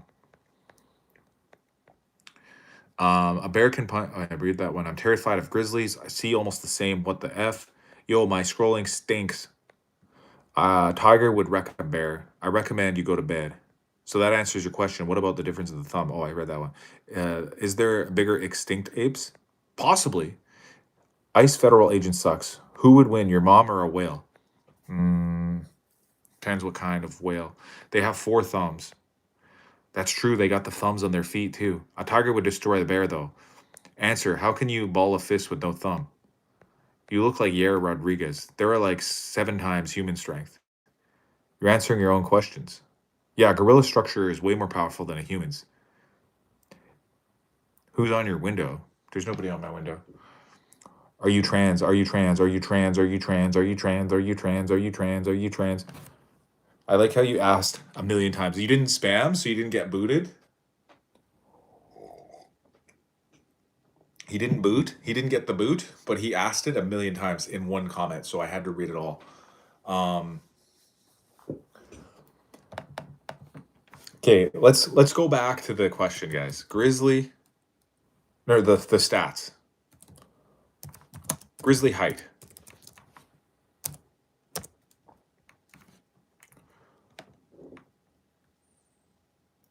When standing on their hind legs, they can reach heights of 8 to 10 feet tall.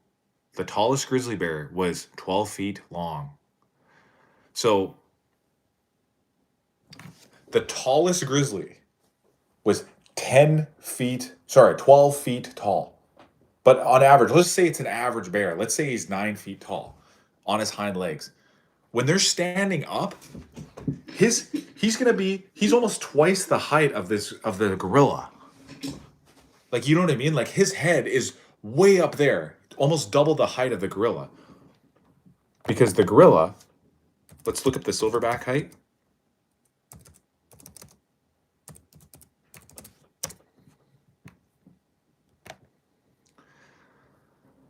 They're basically about 6 feet tall when standing upright on 2 legs. So imagine a 6 foot tall. Imagine they're both like, forget about what species they are, and just imagine two humans. One guy is 6 feet tall. One guy is 10 feet tall. One guy's got a 4 foot height advantage. And I get it. They're not guys. They're animals or whatever. They're species. Let's go back to the weight. Between 300 and 500 pounds. Let's say he's right in the middle. Let's say he's a 450-pound silverback. The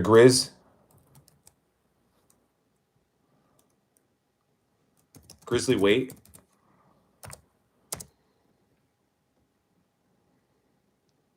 The adult male can be up to 1,500 pounds. The bear is basically twice the size of the gorilla bros. Like a 450-pound gorilla versus a 1,500-pound grizzly bear. Again, just forget what species they are. Just imagine it's two people. Imagine it's two gentlemen, right?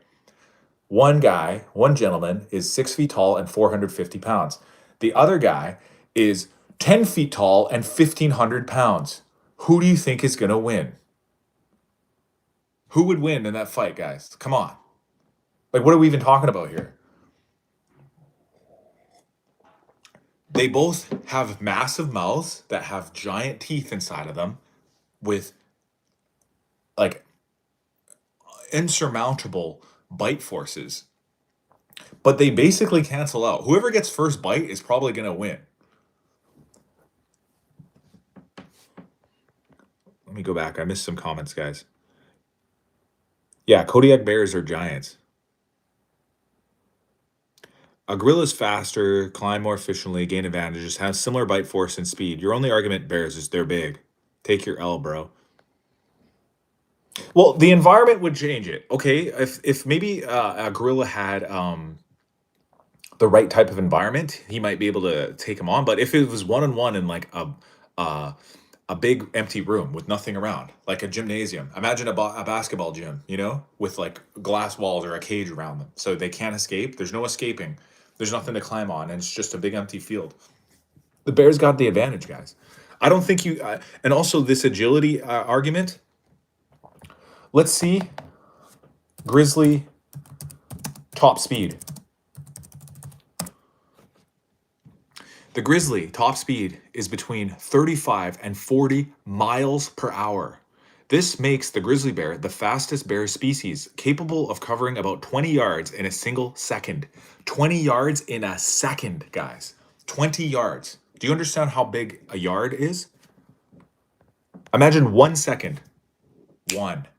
He just gained 20 yards. Okay? Let's look up gorilla.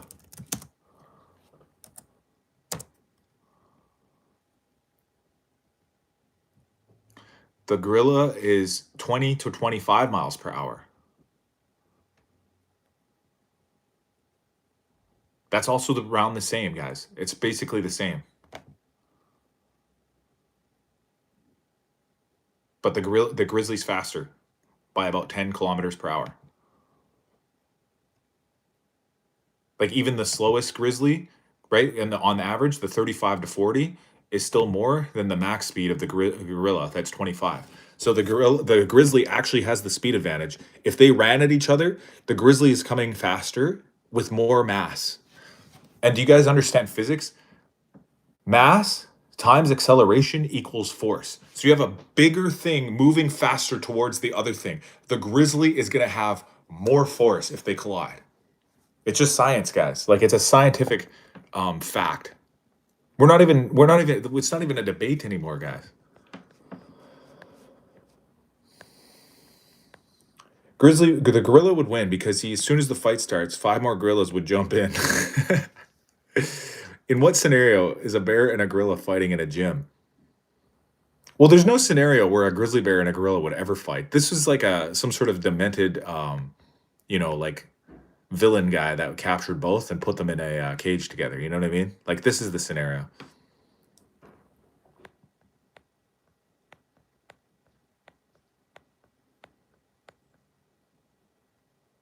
When we gonna get Benjamin Netanyahu on a dollar bill? In what scenario? Oh, I already read that one. Search with Yeti in India. You could always ask ChatGPT. 3 feet. This is a scary. This is a scary grizzly bear. Can smell 7 times stronger than a bloodhound dog's. Yeah. Kiki, do you love me? Are you riding? Will you never leave me beside me because I want ya and I need ya and I'm down for ya. Faster than a human for sure. Can you whip it out for the day ones? I don't think so. You're blurring the lines between science and fictional scenarios to try to prove a point. This dude's definitely AI. No, I'm not. Who has the more shoulder strength? Um, I think the gorilla can bench press like 1,000 or something. No, I don't know. How do you measure shoulder strength? I can go for a nice hot cup of H2O2 right now. E equals MC squared. They would have to run at each other in slow motion like a movie. How about taco versus cat? Your simp. Thanks for being my simp to show off life. Bagels versus sandwiches. Probably sandwiches. Bagels are so one-dimensional. Kiki, do you love me? Are you riding? Well, you never let me go. Siberian tiger beats the grizzly. That you might be right. Let's look up. I think we could put the bed, the guys, that the grizzly would win. He's faster by about 10 miles per hour. He's larger by about double the size in both height and weight. And even though the gorilla might have a stronger bite force, um, it's negligible because both bite forces are within the same like few hundred psi. Like once you go over 1,000 psi, you basically just have the bite force to explode another thing's skull. Like whoever bites each other's head first is winning that fight. Okay, I'm done. I just wanted to see if he'd read it twice.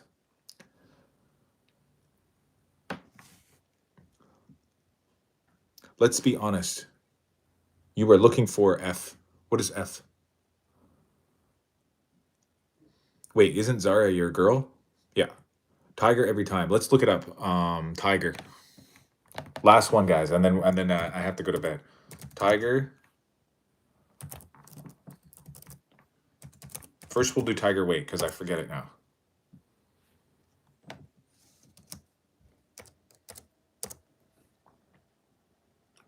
So the tiger can be about 660 pounds, depending on the species. The heaviest was 1,000 pounds, but let's be conservative and say he's a 660 pounder. So he's still a little smaller than the bear, but let's go for tiger speed. 56 to 64 kilometers per hour. That's insane. Oh wait, but that's kilometers. I forget what it was in mph. 30 to 40. So he's about the same speed as the grizzly bear. But how about this? Tiger jump.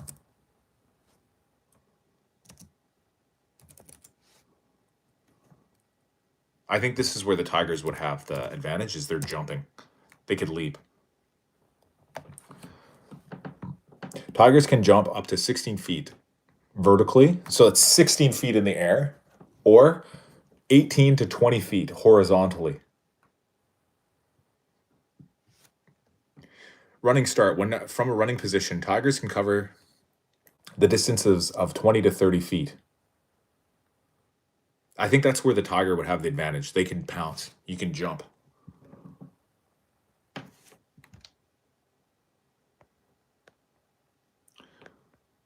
One of the easiest debates I've won. You're the only argument with size and no actual fighting arguments because your scenarios cater to the bear.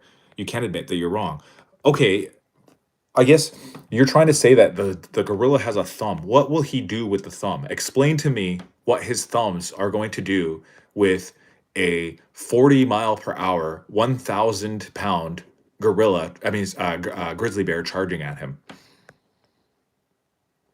Explain to me how the thumb will come in handy. If you can lay out a very well organized argument, I will consider it.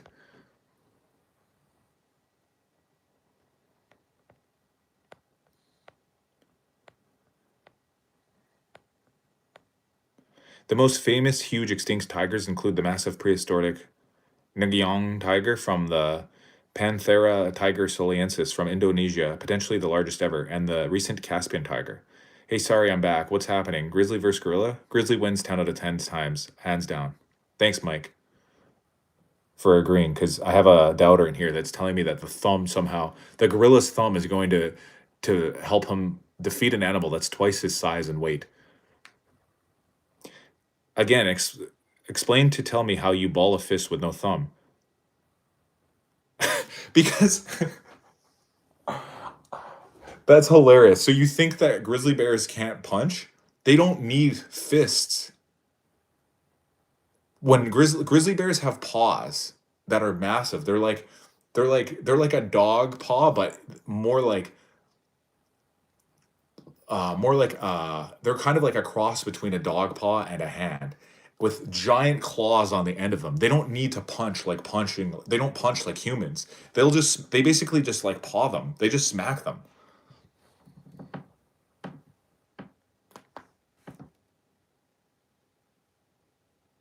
Yeah, Lacron, you're right. Grizzly bear have everything the gorilla has, plus 20 claws, size, speed, not a debate. Yeah, exactly. Like because the grizzly bear doesn't have a fist, do you think they like box? Do you think they get in the middle of the ring and they start boxing? They would run at each other, and the grizzly slaps. Like they basically slap, and at the end of their fingers or the end of their paws are giant knives.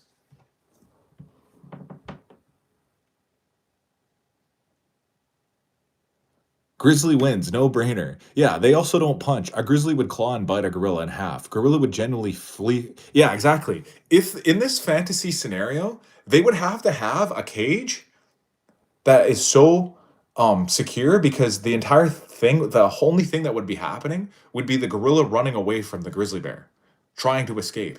They would need the biggest, most reinforced cage that they could possibly think of. The gorilla would not want no part of that grizzly bear. Because even this harkens back all the way to my original point about the fight or flight instinct between animals. If you got a grizzly bear in the same room as a gorilla, the gorilla would see an animal that's much bigger and intimidating than itself, and it would decide to flight. It would leave. It would run. It would not try to engage. It wouldn't try to fight this other animal.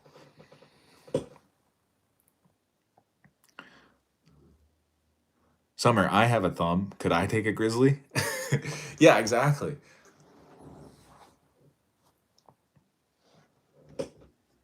What's the strongest animal you think I could kill with my bare hands?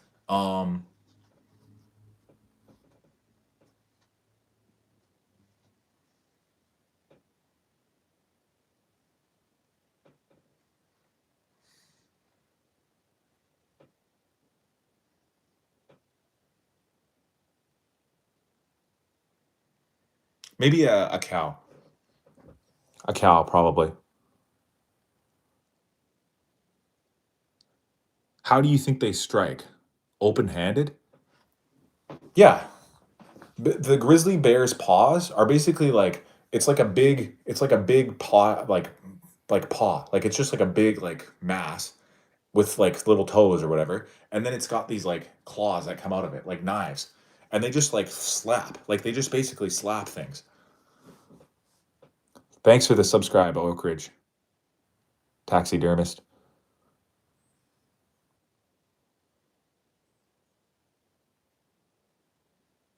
Not the grizzly, the gorilla. Oh, the gorilla? I don't know how. I don't think I don't know how the grizzly would punch. You think he's gonna ball up a fist and like take a punch at the gorilla? I mean at the grizzly? Show us your hog. Squirrel. A gorilla would use his teeth too. Yeah, they both would use their teeth. If this real scenario happened, they would both try to bite, I think. And the thing is, the grizzly bear is faster and heavier and taller. Like we just looked it up. The average speed of a grizzly bear is 35 to 40 miles per hour, capable of covering 20 feet in 1 second. Gorilla was up to only 25 miles per hour. So he's 10 miles per hour slower. I like to make tuna ceviche by mixing up some tuna with diced cucumber, diced tomatoes, and some limes. Enjoy with crackers or tortilla chips. Tiger still wins. If you train a gorilla in MMA, the gorilla is SOL. No, but you ask what thumb does, and that's how they ball their fist. I didn't say hell box like Muhammad Ali. No, I know. But that's what I'm trying to say though. What difference is that thumb gonna come in handy? Because he's got a fist now instead of like a paw? Like, even if, let's say, this will be the final nail in the coffin to the thumb debate. If you took the advantage of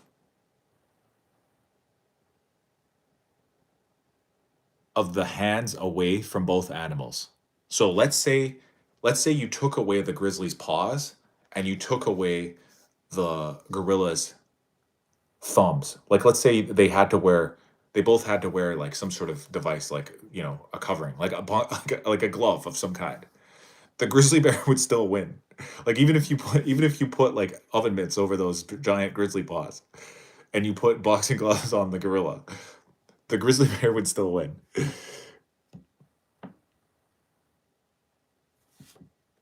Yeah, so gorilla by having thumbs sacrifice power for utility. Bears are pure power.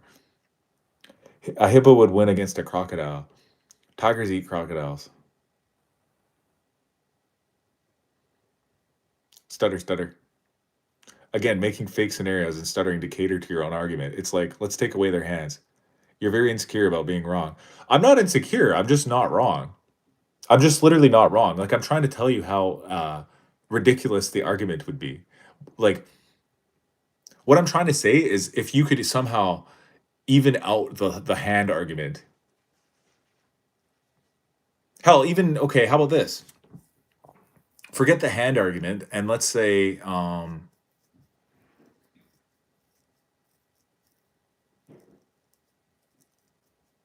you even beefed up the gorilla.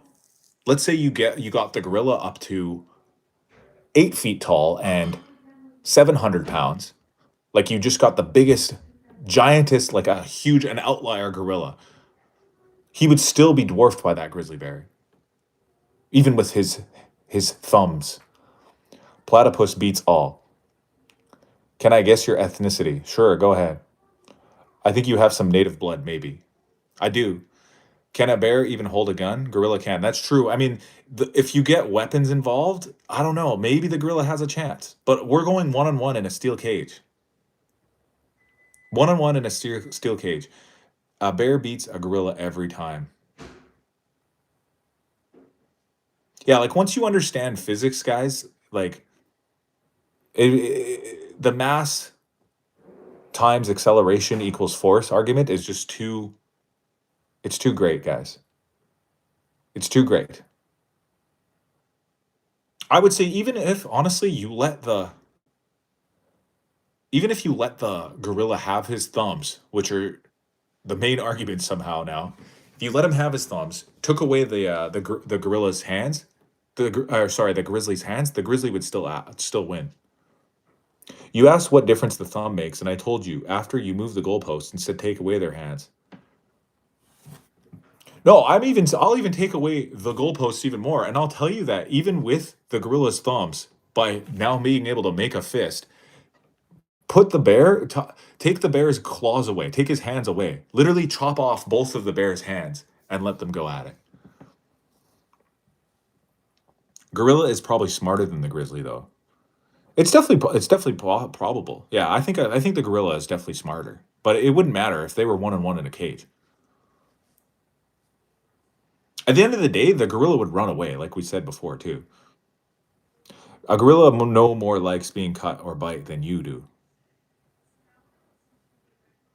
I think a polar bear would beat any other animal. That's true. Yeah, the polar bear would beat the grizzly.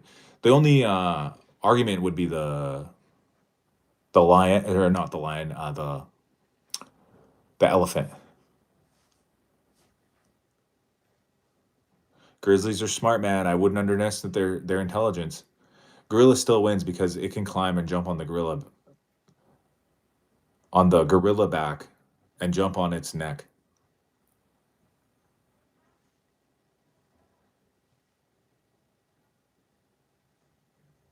I think you meant grizzly, but fair enough. I mean, if you think he can climb, if you think he can climb up the 9 or 12 foot grizzly and take his back, that's possible. But as we already looked up, the grizzly is faster than them. So I mean, if they were in like a cage together, right, and they ran at each other, the grizzly would get there first. He's faster.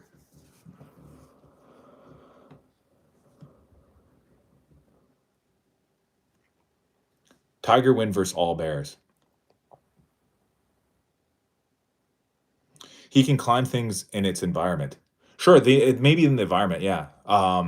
Depending on the environment, I think the gorilla it'd be more agile to be able to climb a tree or something like that around it, right? But we're talking about an empty cage, right? Like a gymnasium. Yeah, what are you gonna do by climbing besides running?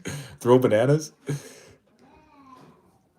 I no, it could be. I literally always said it was an open gym or with a cage around it. Like it's an empty room, is what I'm trying to say. There's no weapons and there's nothing in the environment. It's like an octagon. But I think there needs to be a roof because both of these animals would just try to escape.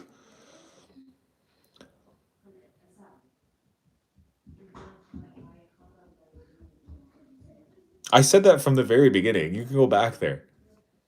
Grizzly bear versus gorilla in a large open cage of some kind, meaning open, meaning there's nothing in the cage. It's open, but the cage is a cage. It's like a glass box. I've said glass box several times, or steel box, whatever, steel cage. It's just not in an environment. Yeah, exactly. Elephant greater than grizzly, greater than gorilla. True. Inception or Shutter Island? Inception. But I have to give Shutter Island another chance. I feel like I haven't watched that movie enough. You know what I mean?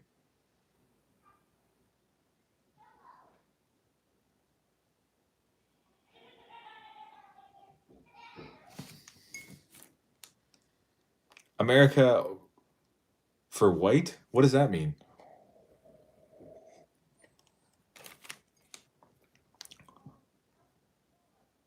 Glass box, steel cage, open gym. Yeah. Okay, fine. How about this, guys? It's a 3 stages of hell match. The first one is one-on-one in the Hell in the Cell, right? So there's a there's a WWE ring in the middle, and there's a Hell in the Cell cage around it, right? Grizzly bear and a gorilla. Last man standing, right? Second round, round two, is in the let's say round two is in the octagon. It's in the octagon, just like MMA fighters, right? Right in the middle of the octagon. It's a 20-foot octagon, Madison Square Garden. Round three, the Roman Colosseum, the exact same place where people used to do this brutal stuff back in the day. Then who wins? Fight Club or Seven? Fight Club. But I have to give Seven another chance. I haven't seen it enough. Just like I said to Shutter Island.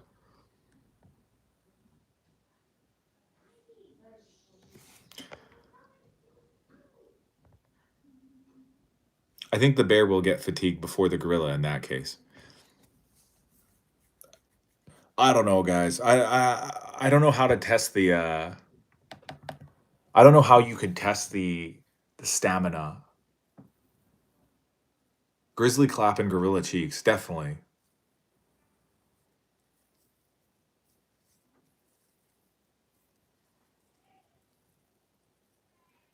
Nah, the bear has fewer resources to survive.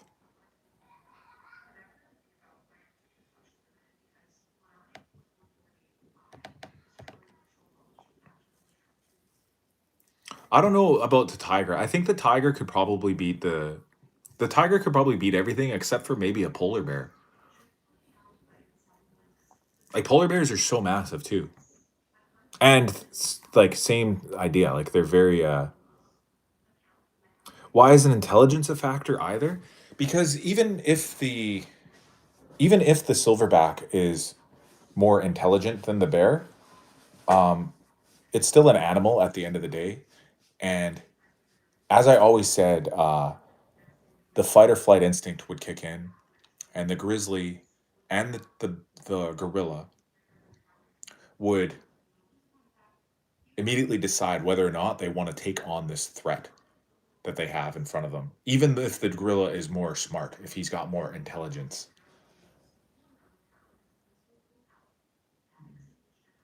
I don't know. I don't know how that would factor in. Who sells more cereal, tigers or gorillas? Probably tiger. I mean, Tony is probably number one all time in terms of animal sales. Maybe a toucan can come close. How about a tiger versus 100 Charlie Kirks? Um,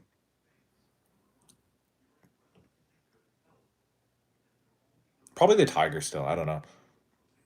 Polar would win 60% of the time against the tiger, I think. That's a really good estimate. 60%. I like your fact right there. I'm doing a huge shit. I haven't shat in 5 days and now it's all coming out. I had to flush a few minutes ago and it towered out of the water. It's still going. Why, guys, burn my eyeballs. I can't believe I just read that comment. Murph from Impractical Jokers. Do I watch cricket? No, I don't. Leprechaun versus Count Chocula. I know, I can't believe somebody posted that. That's crazy. Shouldn't you be like dealing with your bowel movements or whatever? A polar bear would destroy a tiger, lol. I think the days would world record. I ever thought someone would does the biggest shit in the world. Okay, guys, this is getting crude, man. I can't read any of those. A tiger would wreck a polar bear. Um, I don't know about that. I think a polar bear is probably it's probably the one predator that could take that tiger on.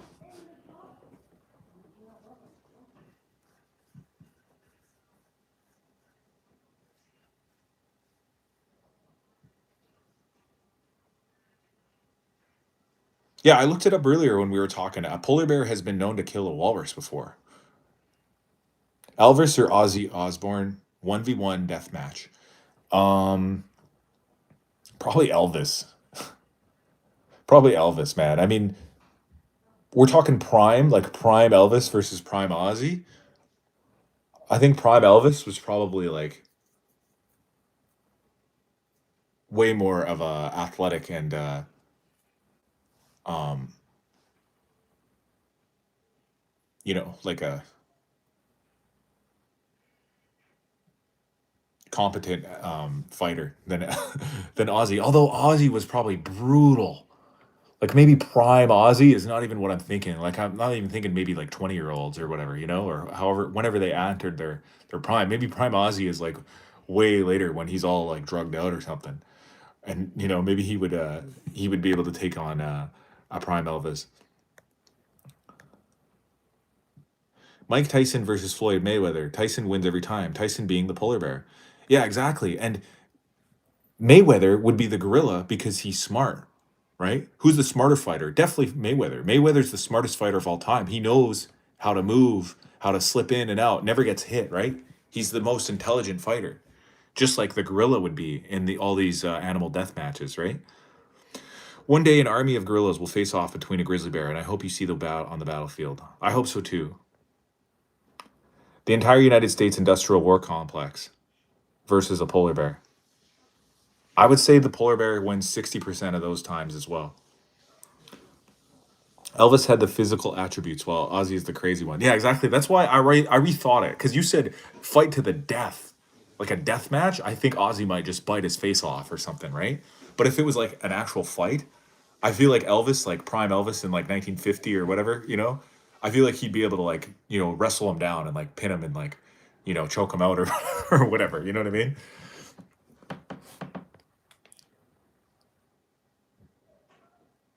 Yeah, I'm going to sleep, guys. I actually got to get off. Can you do this for me? Thank Sure. you so much. My phone is about to die, guys, and I'm so tired. Jenna Tolles versus Mike Hawk. Who wins?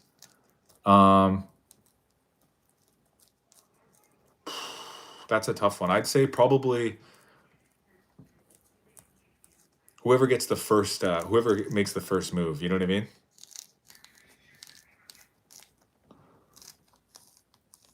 Women taking accountability versus Prime Muhammad Ali. Sorry, I missed the question about Prime Ozzy is snorting lines of ants. A tiger has 5-inch blades as fingers. A BMW dealership, an employee is giving lessons to customers by buying new BMDs. The lessons topics: how to drive like an idiot. Ozzy biting the head off a bat is still one of the craziest things ever done. You're a cool dude, my man. Thank you, guys. You look like Bang Chan from Stray Kids. Dominic Haskell. Who has bigger teeth? Bear versus Silverback. Okay, this is the final thing we're looking up, guys. Shit. This is why we don't eat in the bedroom. I got orange peel on my computer.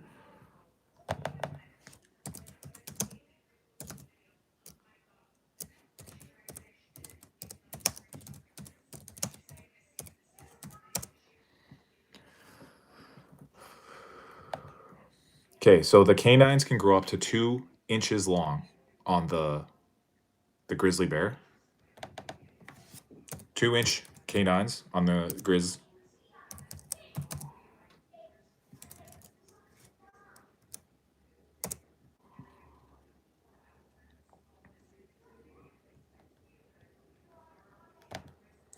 The adult male gorillas have particular large canine teeth that can reach up to 2 inches in length as well. So they're about the same. The gorilla's teeth and the grizzly's canine teeth are about the same.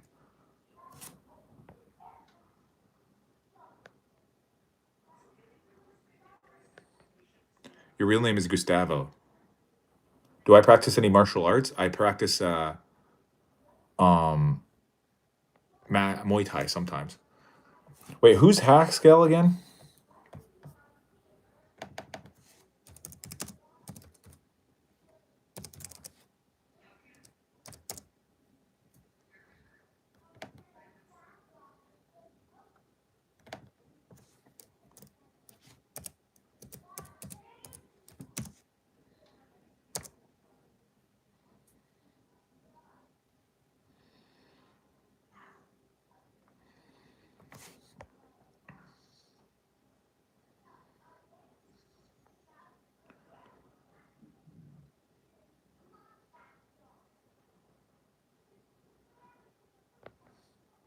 If you had to fight Elvis, would you fight him in Vegas or in the ghetto? I'd do Vegas. Okay, guys, that's enough of tonight, though. I'm actually so tired, and I gotta bring this orange to my wife that I peeled for her. But thank you guys for watching, and hopefully I got some new subscribers. Hopefully you guys enjoyed the debates tonight. The Grizzlies have really thick skin compared to the Silverback. Yeah, their skin is it's thick and it moves. You know what I mean? Like they don't have tight skin. Their skin is kind of like floppy. Same with the polar bears. And that allows them to go through thick brush, and nothing really penetrates them, you know what I mean? But yeah, anyways, guys, I'm ending the live. Thank you guys for watching. I appreciate it all. I appreciate all the likes, the comments, and the views and whatever. And I hope you guys will see me again tomorrow. Could a grizzly peel an orange? No, it couldn't. Doesn't have thumbs. Doesn't have thumbs. How would he start the orange, right? So I guess that proves it right there. Thank you, Lacron. I appreciate that. I'm ending it off, guys. Thank you all for watching.